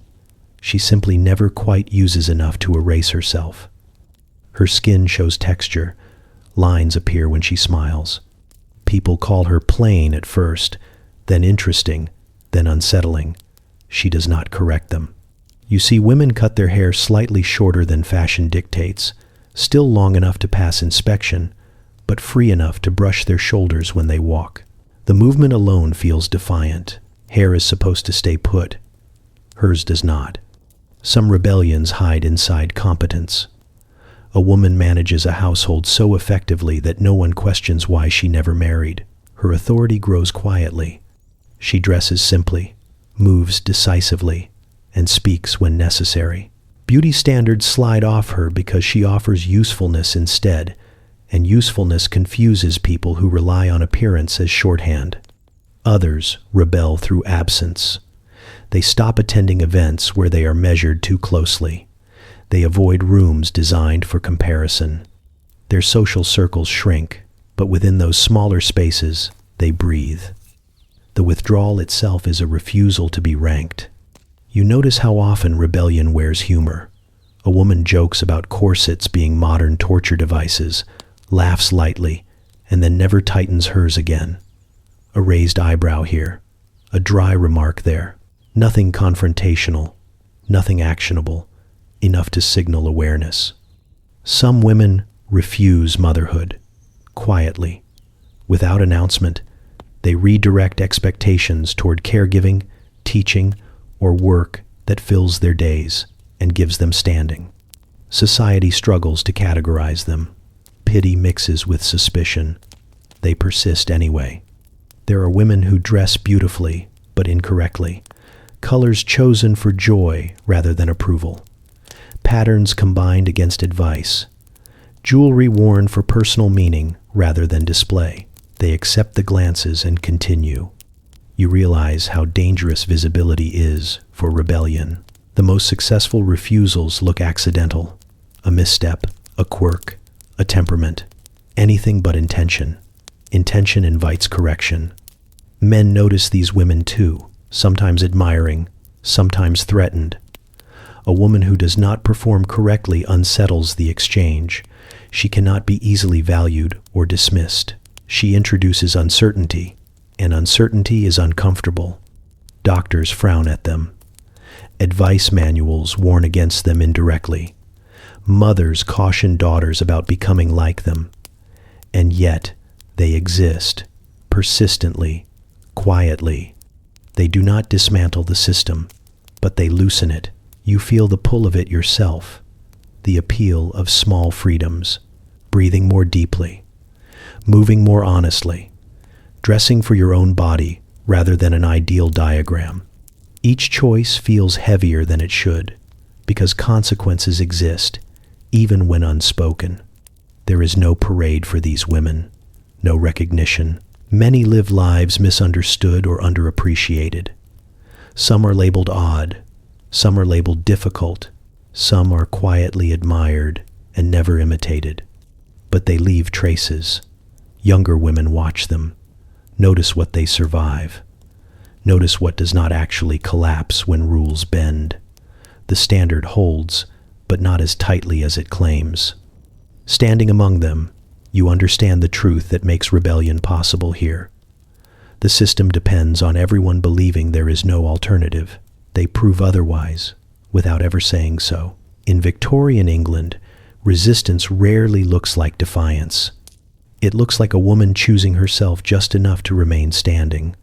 You explore beauty and realize it stretches far beyond drawing rooms and corsets, reaching outward across oceans, colonies, and maps colored in confident red. Victorian beauty is not only personal or social, it is imperial. It carries assumptions about who belongs at the center of the world and who exists at its edges. Whiteness is treated as default, ideal, and unremarkable all at once. Pale skin is praised not just for delicacy, but for what it implies. Distance from labor, distance from sun, distance from anywhere considered uncivilized. Lightness becomes shorthand for superiority, wrapped in the language of refinement rather than openly stated. You notice how often beauty manuals reference exotic features while insisting they must be corrected. Darker skin is described as coarse. Curly hair is framed as unruly. Strong features are labeled excessive. The goal is always moderation, which conveniently aligns with European norms. Anything outside that range is either romanticized as novelty or dismissed as flaw. Empire feeds fashion. Fabrics arrive from colonies. Dyes extracted elsewhere, color dresses worn in London parlors. Jewelry references distant places stripped of context and worn as decoration. The empire is admired aesthetically while the people who sustain it are reduced to inspiration at best, obstacles at worst. Beauty ideals absorb these influences selectively. Certain traits are borrowed and softened. Patterns, textures, and silhouettes are adapted just enough to seem worldly without threatening the hierarchy. The source is rarely acknowledged. Ownership is implied. You see how race becomes embedded in the idea of improvement. Whitening creams promise correction. Hair products aim to smooth, straighten, discipline. Advice columns speak of elevating appearance, a phrase that carries more weight than it pretends. To look beautiful is to look closer to the imperial center. People of color living within the empire face a cruel contradiction. They are expected to assimilate aesthetically while never being allowed full acceptance. Their features are scrutinized relentlessly. Too different is unacceptable. Too similar is suspicious. Beauty becomes a moving target designed to remain just out of reach. You notice how bodies are compared. European features are framed as balanced and rational. Others are described as excessive, emotional, or primitive. These judgments extend beyond appearance into assumptions about intellect, morality, and worth. Beauty becomes evidence used to justify power. There is a quiet arrogance in how confidently these standards are presented. They are described as natural, scientific, inevitable. Rarely are they named as cultural preferences shaped by conquest and control. The empire teaches itself to admire its own reflection. You hear conversations about progress and civilization that link beauty to destiny. Those who look right are assumed fit to lead. Those who do not are framed as needing guidance. Aesthetic judgment becomes political logic. Fashion illustrations reinforce this without comment. Ideal figures are pale, composed, and European. Other bodies appear only as contrast or curiosity. The message does not need explanation. It repeats often enough to become background truth. There is discomfort in realizing how beauty participates in this structure. Preferences feel personal until you see how consistently they align with power. Attraction is not immune to conditioning. Neither is taste. You watch how women internalize this. Sun avoidance becomes obsession. Complexions are guarded fiercely. Anything that darkens skin is treated as threat. The empire exists on maps and bodies simultaneously. Men participate too. Masculinity is framed through control, restraint, and dominance, traits mirrored in imperial ideology. The disciplined body reflects the disciplined empire. Disorder is feared everywhere. There is irony in how much effort goes into maintaining these ideals. The empire strains under its own weight. Bodies strain under their expectations. Yet the standards persist because they serve a purpose beyond beauty. Standing back, you see the full shape of it. Beauty is not just about who is admired. It is about who is centered, who is copied, who is corrected, who is erased. In Victorian England, beauty does not simply reflect empire. It helps justify it, quietly and constantly, every time someone is told they do not look quite right. You see, photography arrives quietly, almost politely, and then everything stiffens. Beauty, once fleeting and negotiable, is suddenly trapped in silvered glass and paper. What was once adjusted by candlelight and movement now has to survive scrutiny forever. At first, portraits are rare and expensive. Sitting for one feels ceremonial. You are arranged carefully, positioned like furniture meant to impress future generations. The photographer speaks calmly, instructing you to hold still, to maintain the expression that best represents you. This is not about how you feel. It is about how you will be remembered. Stillness becomes critical. Exposure times stretch long enough to punish fidgeting. Smiling is dangerous. Smiles blur. Smiles soften authority. Faces settle into seriousness not because it feels right, but because it lasts. The Victorian stare is born here, out of necessity and fear. You realize quickly that photography does not forgive. A bad angle becomes permanent. A tired day becomes legacy. Powder that looked subtle in person turns chalky under the lens. Shadows exaggerate lines. Light betrays texture. Everything you have worked to manage now answers to chemistry instead of manners. People begin preparing differently. Hair is arranged with rigidity. Clothing stiffens. Corsets tighten further to ensure the silhouette holds under inspection.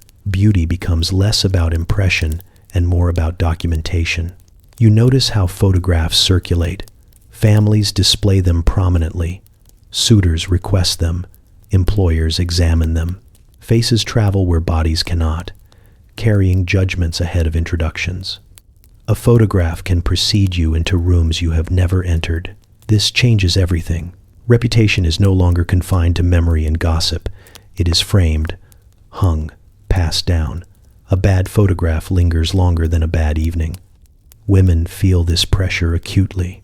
A portrait is expected to capture youth, virtue, and composure simultaneously.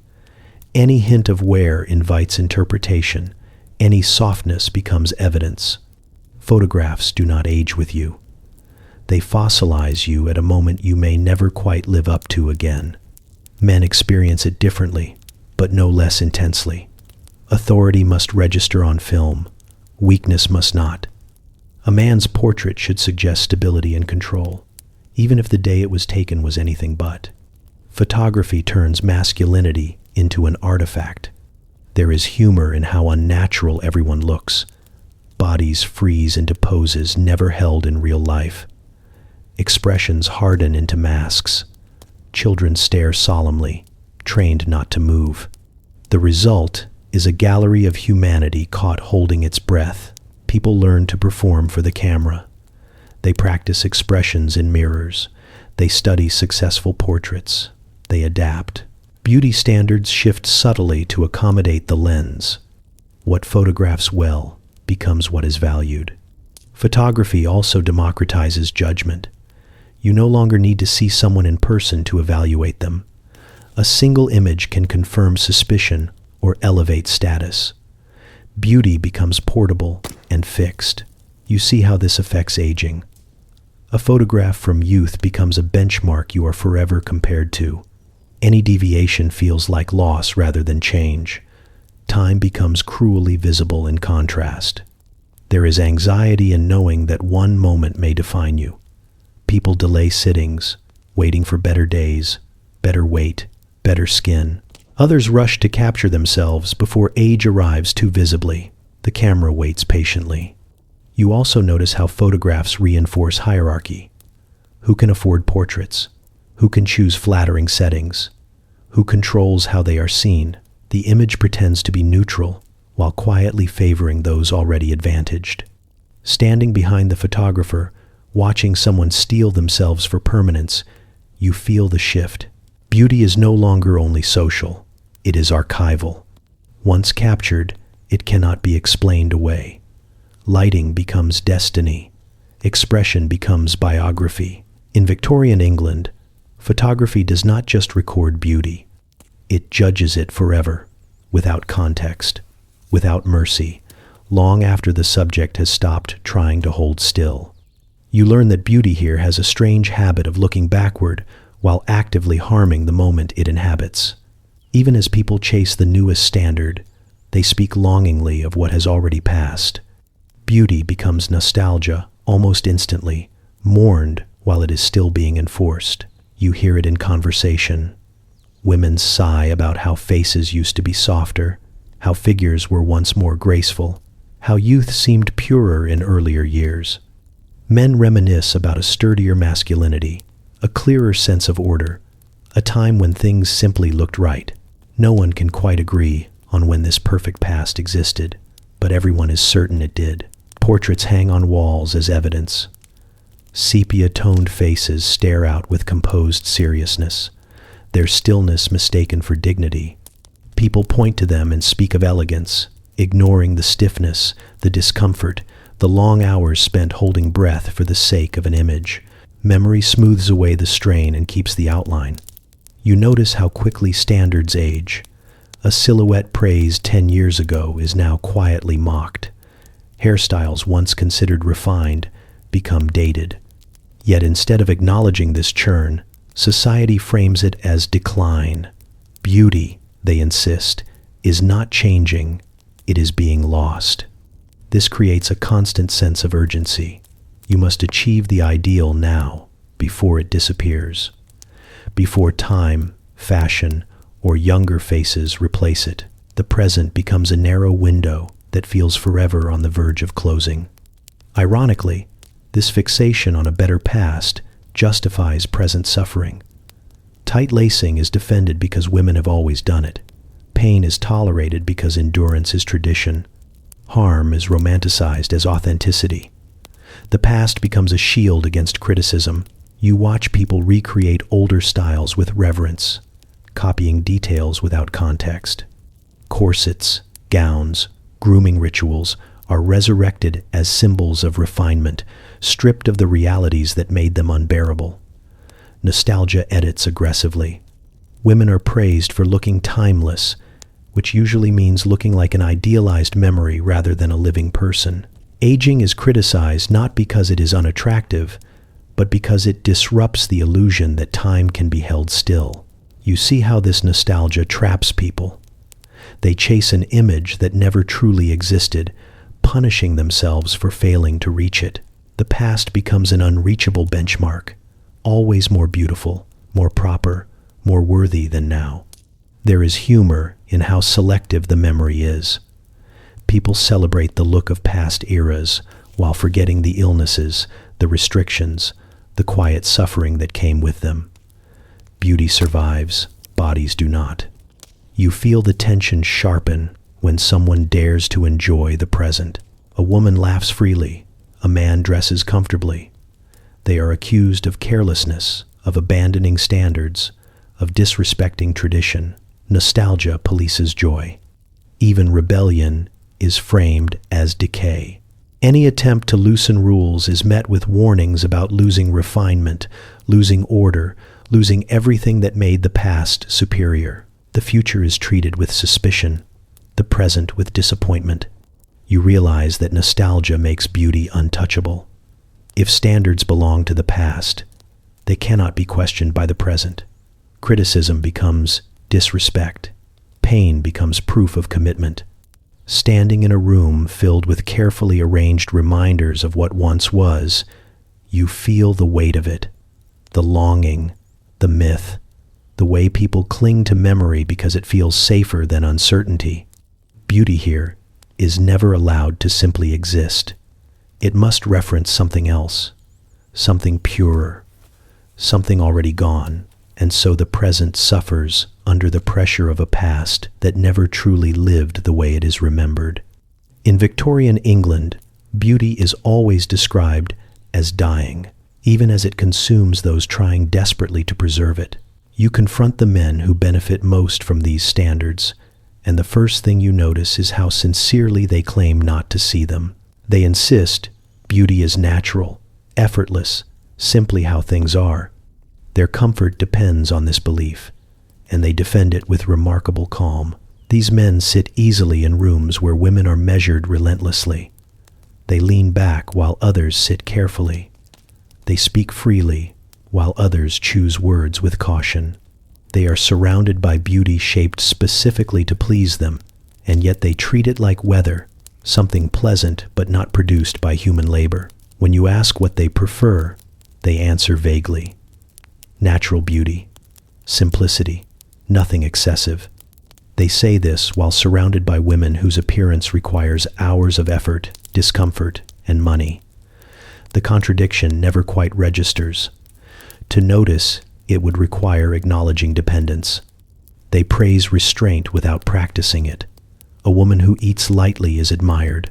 A man who indulges is forgiven. A woman who ages visibly is pitied. A man who ages visibly is respected. The imbalance is so consistent it feels invisible to those benefiting from it. You watch how they respond to beauty without admitting the response exists. Their attention lingers, their tone shifts.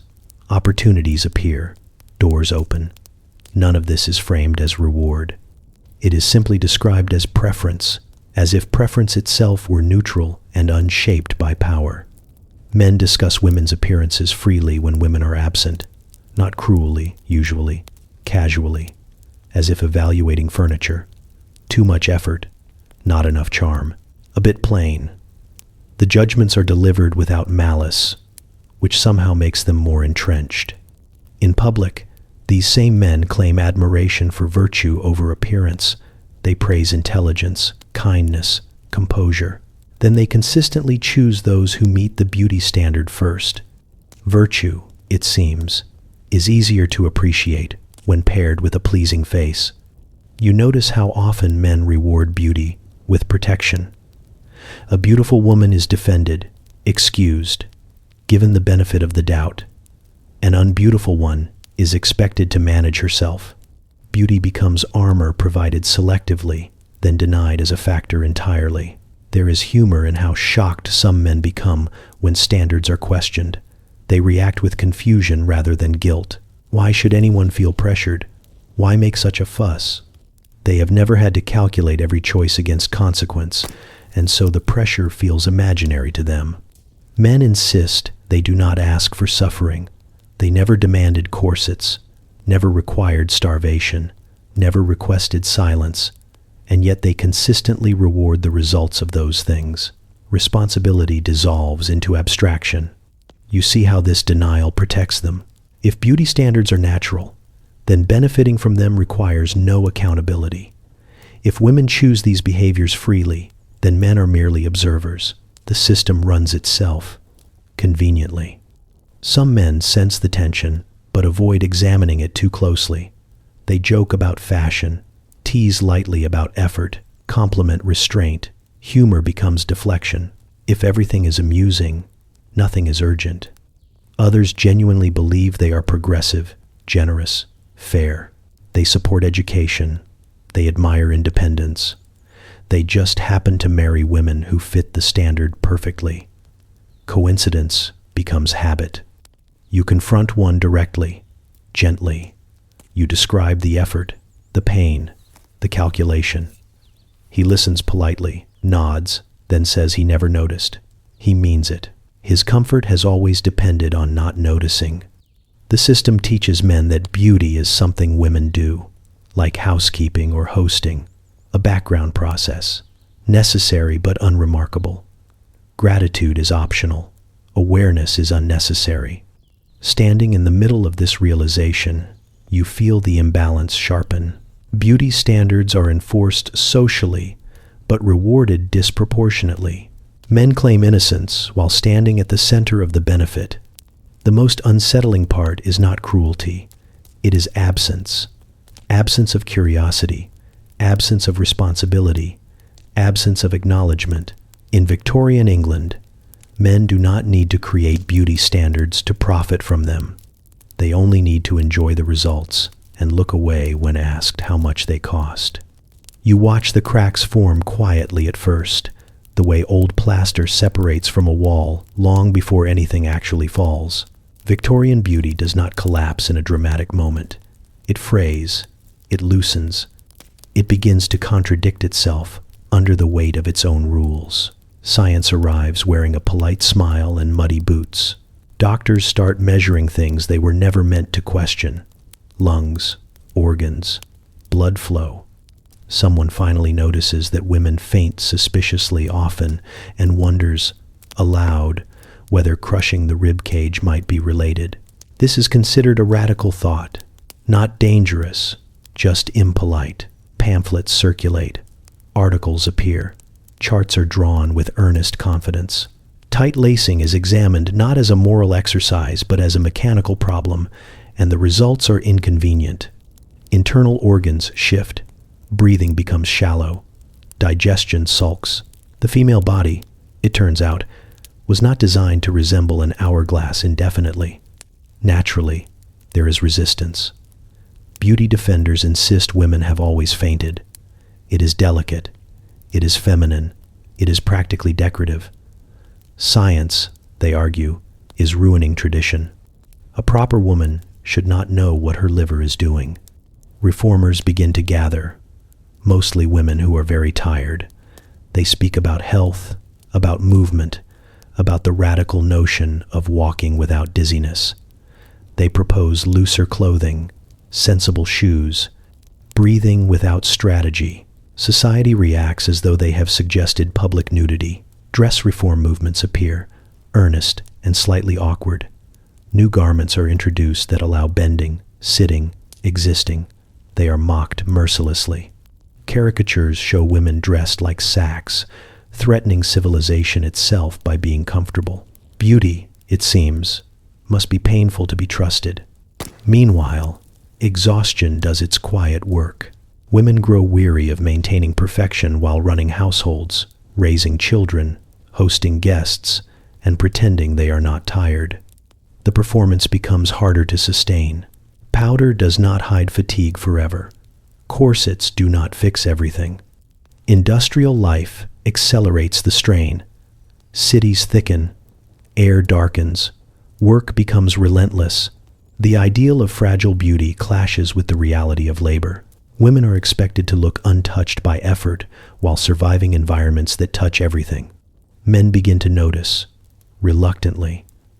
Not the suffering exactly, but the inconvenience. Sick wives, weak daughters, medical bills.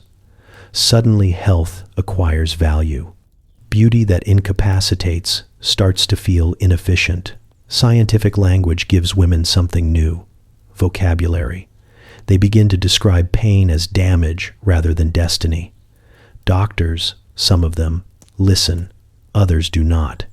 Progress is uneven and deeply irritating. Education helps. Girls read. They learn anatomy. They ask questions that cannot be easily powdered over. Why does virtue require dizziness? Why does elegance demand injury? These questions linger like drafts in grand rooms. Fashion adapts slowly, grudgingly. Corsets loosen by inches, not mercy. Silhouettes shift just enough to claim modernity while clinging to control. Beauty does not disappear. It negotiates. You notice the emotional change before the visual one.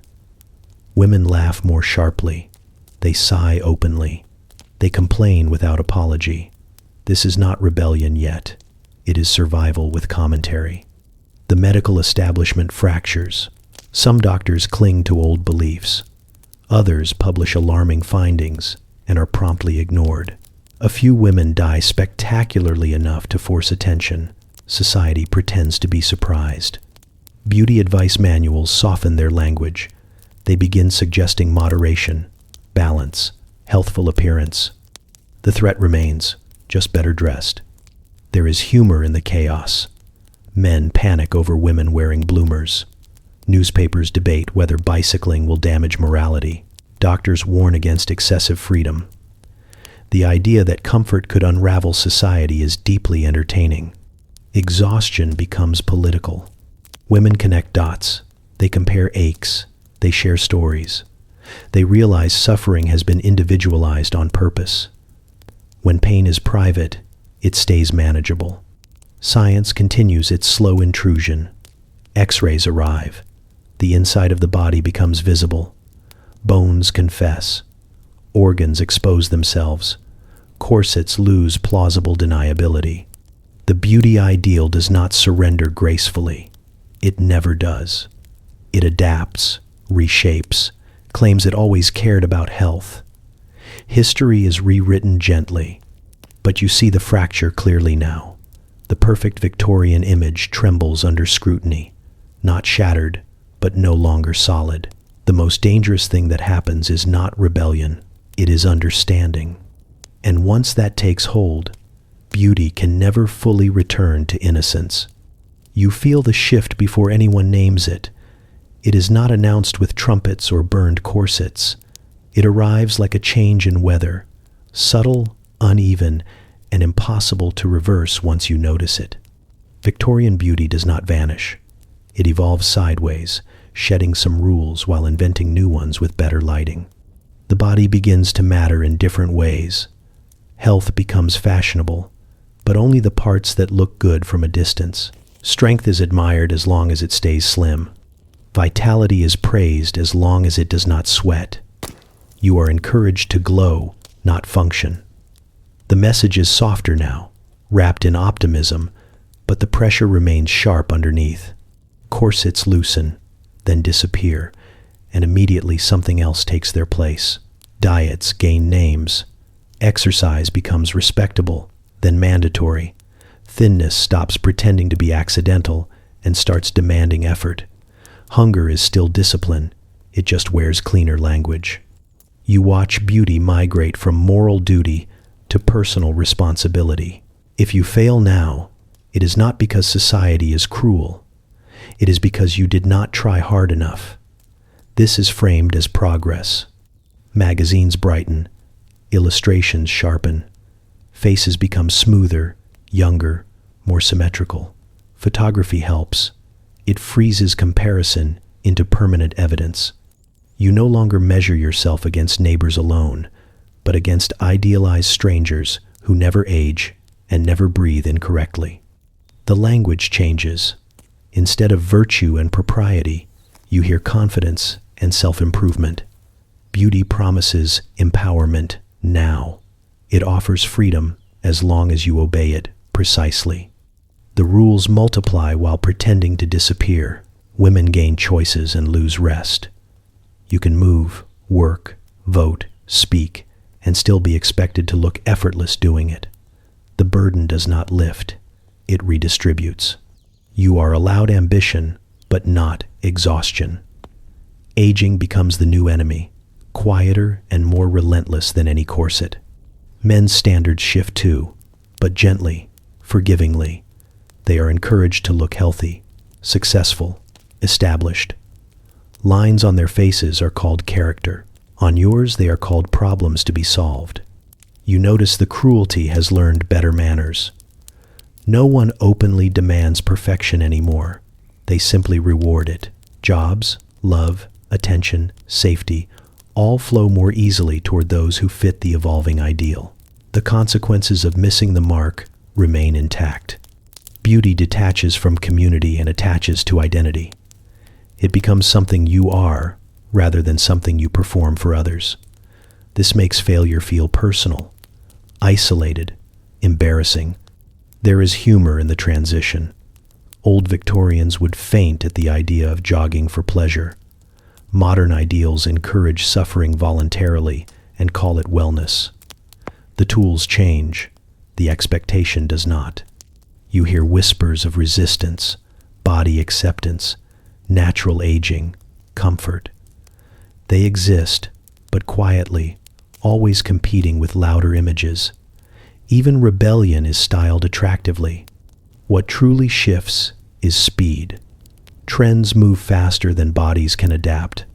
One decade praises curves, the next demands angles. The goalposts never stop walking. You chase relevance instead of morality now. You realize beauty has stopped pretending to be about goodness. It is about visibility, being seen, chosen, validated. The old moral threat becomes a social one. You will not be sinful if you fail. You will be invisible. And invisibility still hurts. The modern world congratulates itself on progress. It points to discarded corsets and dangerous powders as proof of enlightenment. It does not mention the quieter injuries. Anxiety, obsession, comparison without end. You stand at the edge of this transformation, feeling both relief and unease. The cage door opens, but the landscape beyond is full of mirrors. Beauty is no longer enforced by society alone. It is enforced by reflection. And as you step forward, you understand that cruelty did not disappear with time. It learned to smile. You step back far enough that the outlines blur, and that is when it becomes obvious. None of this ever really leaves. It sheds names, changes outfits, updates the language, but the structure remains standing, like an old house renovated too many times to feel new. Victorian beauty does not die. It relocates. You recognize it in the mirror first, not the corset or the powder, but the feeling that your body is a project, never finished, always one adjustment away from being acceptable. The old rules promised moral worth. The new ones promise happiness, success, love, safety, different rewards, same leverage. You see how discipline still passes as virtue, only now it wears modern clothes. Hunger is called mindfulness. Control is called wellness. Pain is reframed as effort, and effort is praised until it becomes mandatory. The language is kinder. The expectation is not. Victorian women were warned they would fail as wives, daughters, and citizens. You are warned you will fail yourself. The threat moves inward. That is its cleverest trick. You notice how beauty remains gendered, even when equality is loudly advertised. Men age into authority. Women age into invisibility. The timeline is unforgiving, just better lit. Lines on a man's face suggest experience. On yours, they suggest negligence. Someone will ask what you did wrong. Class still dictates forgiveness. Wealth buys softness, help, time. Poverty still wears scrutiny like a spotlight. The rich are effortlessly attractive. The poor are advised to try harder. The old elegance versus vulgarity never left. It simply learned new accents. You hear echoes of Victorian advice manuals in modern headlines. Improve yourself. Fix this flaw. Avoid that mistake. Do not let yourself go. The tone is cheerful now, motivational, but the message lands the same. You are always almost enough.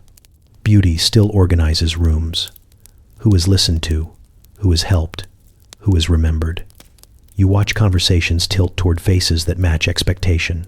You watch opportunity follow symmetry like a trained dog. The body remains evidence. Proof of discipline or failure. Proof of worth or carelessness. Victorians believed the body revealed the soul. Modern culture insists it reveals character. The accusation is unchanged. There is humor in how earnestly each era believes it is different. Victorians thought they were enlightened compared to their ancestors. You are encouraged to believe the same. History flatters itself generously. You think about how many women fainted quietly, how many blamed themselves. You think about how many scroll past images now and feel a similar tightening, not of ribs but of self-assessment. The sensation is familiar, even if the cause is updated. Beauty never required consent. It simply required participation. You could opt out in theory, but the cost has always been social, economic, emotional. That has not shifted. It has just become easier to deny. You notice how rebellion is allowed now, but only if it photographs well. Discomfort is acceptable when styled. Resistance must still be attractive to be taken seriously. Even refusal is curated. And yet, you also see something else. Awareness, language, memory. The ability to name what is happening instead of assuming it is natural. That matters more than eras admit. Victorian beauty thrived on silence. Modern beauty struggles under scrutiny. It survives, but it has to explain itself now. It has to pretend to care. You step back again, further, and realize that beauty has always been a negotiation between fear and hope. Fear of rejection, hope of belonging. That is the constant. What changes is how clearly you can see the strings. Once you see them, they do not disappear, but they loosen, and that, quietly, is everything. You leave Victorian England the way you leave a long conversation that started politely and ended uncomfortably honest. Nothing explodes. No rules are formally dismissed. You simply walk away carrying the weight of understanding, and it sits heavier than any corset ever did. The streets look the same as you go. Brick, fog, carriages. the low murmur of expectation humming beneath everything. Women still pass you with careful posture and practiced faces. Men still glance without admitting why. Shop windows still display improvement, correction, refinement. It all continues, uninterrupted by your realization. That is the point. Beauty standards do not need your belief to survive. They only need repetition. You see now how effortlessly they change clothes. One era dresses them in morality, another in medicine, another in empowerment. The intention never has to announce itself. It simply waits for the next acceptable language. Victorian England wanted obedience wrapped in lace. It wanted women small, pale, quiet, grateful. Modern culture wants something else on the surface: confidence, glow, authenticity. But the demand beneath it still hums the same tune. Adjust yourself, monitor yourself, be desirable without asking why. You think about how often beauty has been described as natural while requiring constant intervention. Powders, stays, diets, routines, rituals. Nature, apparently, must be aggressively corrected. Victorian women were told this was destiny. You are told it is choice. The outcome feels familiar. You notice how beauty standards always insist they are temporary. Just this style, just this look, just this decade. They promise relief is coming soon. They rarely mention that the relief never arrives, only the updates. As you step further away, you understand how beauty has always been an economy. It distributes attention, safety, forgiveness, opportunity. Those who have it are praised for virtue. Those who do not are advised to improve their attitude. Victorian England was blunt about it. Beauty secured marriage. Marriage secured survival. There was no illusion of fairness. Modern systems pretend to be gentler. They insist beauty is optional while rewarding it constantly. The contradiction is impressive. You think about the women who followed every rule and still lost. The ones who fainted, aged, fell ill, disappeared quietly. You think about the ones who broke rules and paid for it socially. The lesson was never about perfection. It was about control. What unsettles you most is how adaptable beauty is. It absorbs criticism. It rebrands. It apologizes just enough to continue. When called cruel, it promises care. When exposed as shallow, it promises depth. When accused of harm, it offers products. Victorian beauty harmed bodies openly. Modern beauty harms minds politely. Both insist the damage is unfortunate but necessary. You realize now why beauty standards feel immortal. They are not tied to time. They are tied to fear. Fear of exclusion. Fear of being overlooked. Fear of being unchosen. Those fears outlive fashion easily. You pause at the edge of this realization because it would be easy to become cynical here. But cynicism is another kind of obedience. It keeps you watching without acting. What matters is clarity. You leave knowing that beauty standards are not accidental trends or harmless preferences. They are systems with memory. They learn what works. They discard what does not. They do not vanish when criticized. They evolve. And yet, you also leave knowing they are not invincible. They rely on silence, comparison, isolation. When people share experiences, the spell weakens. When language exists, shame loosens its grip. Victorian beauty thrived because women thought their suffering was personal. Modern beauty struggles because too many recognize the pattern. You carry that with you as you step out of the era entirely. The fog thins. The corsets fade. The mirrors remain. Beauty will keep changing costumes. It will keep insisting this version is different, but you will remember what it has always wanted. And that makes all the difference.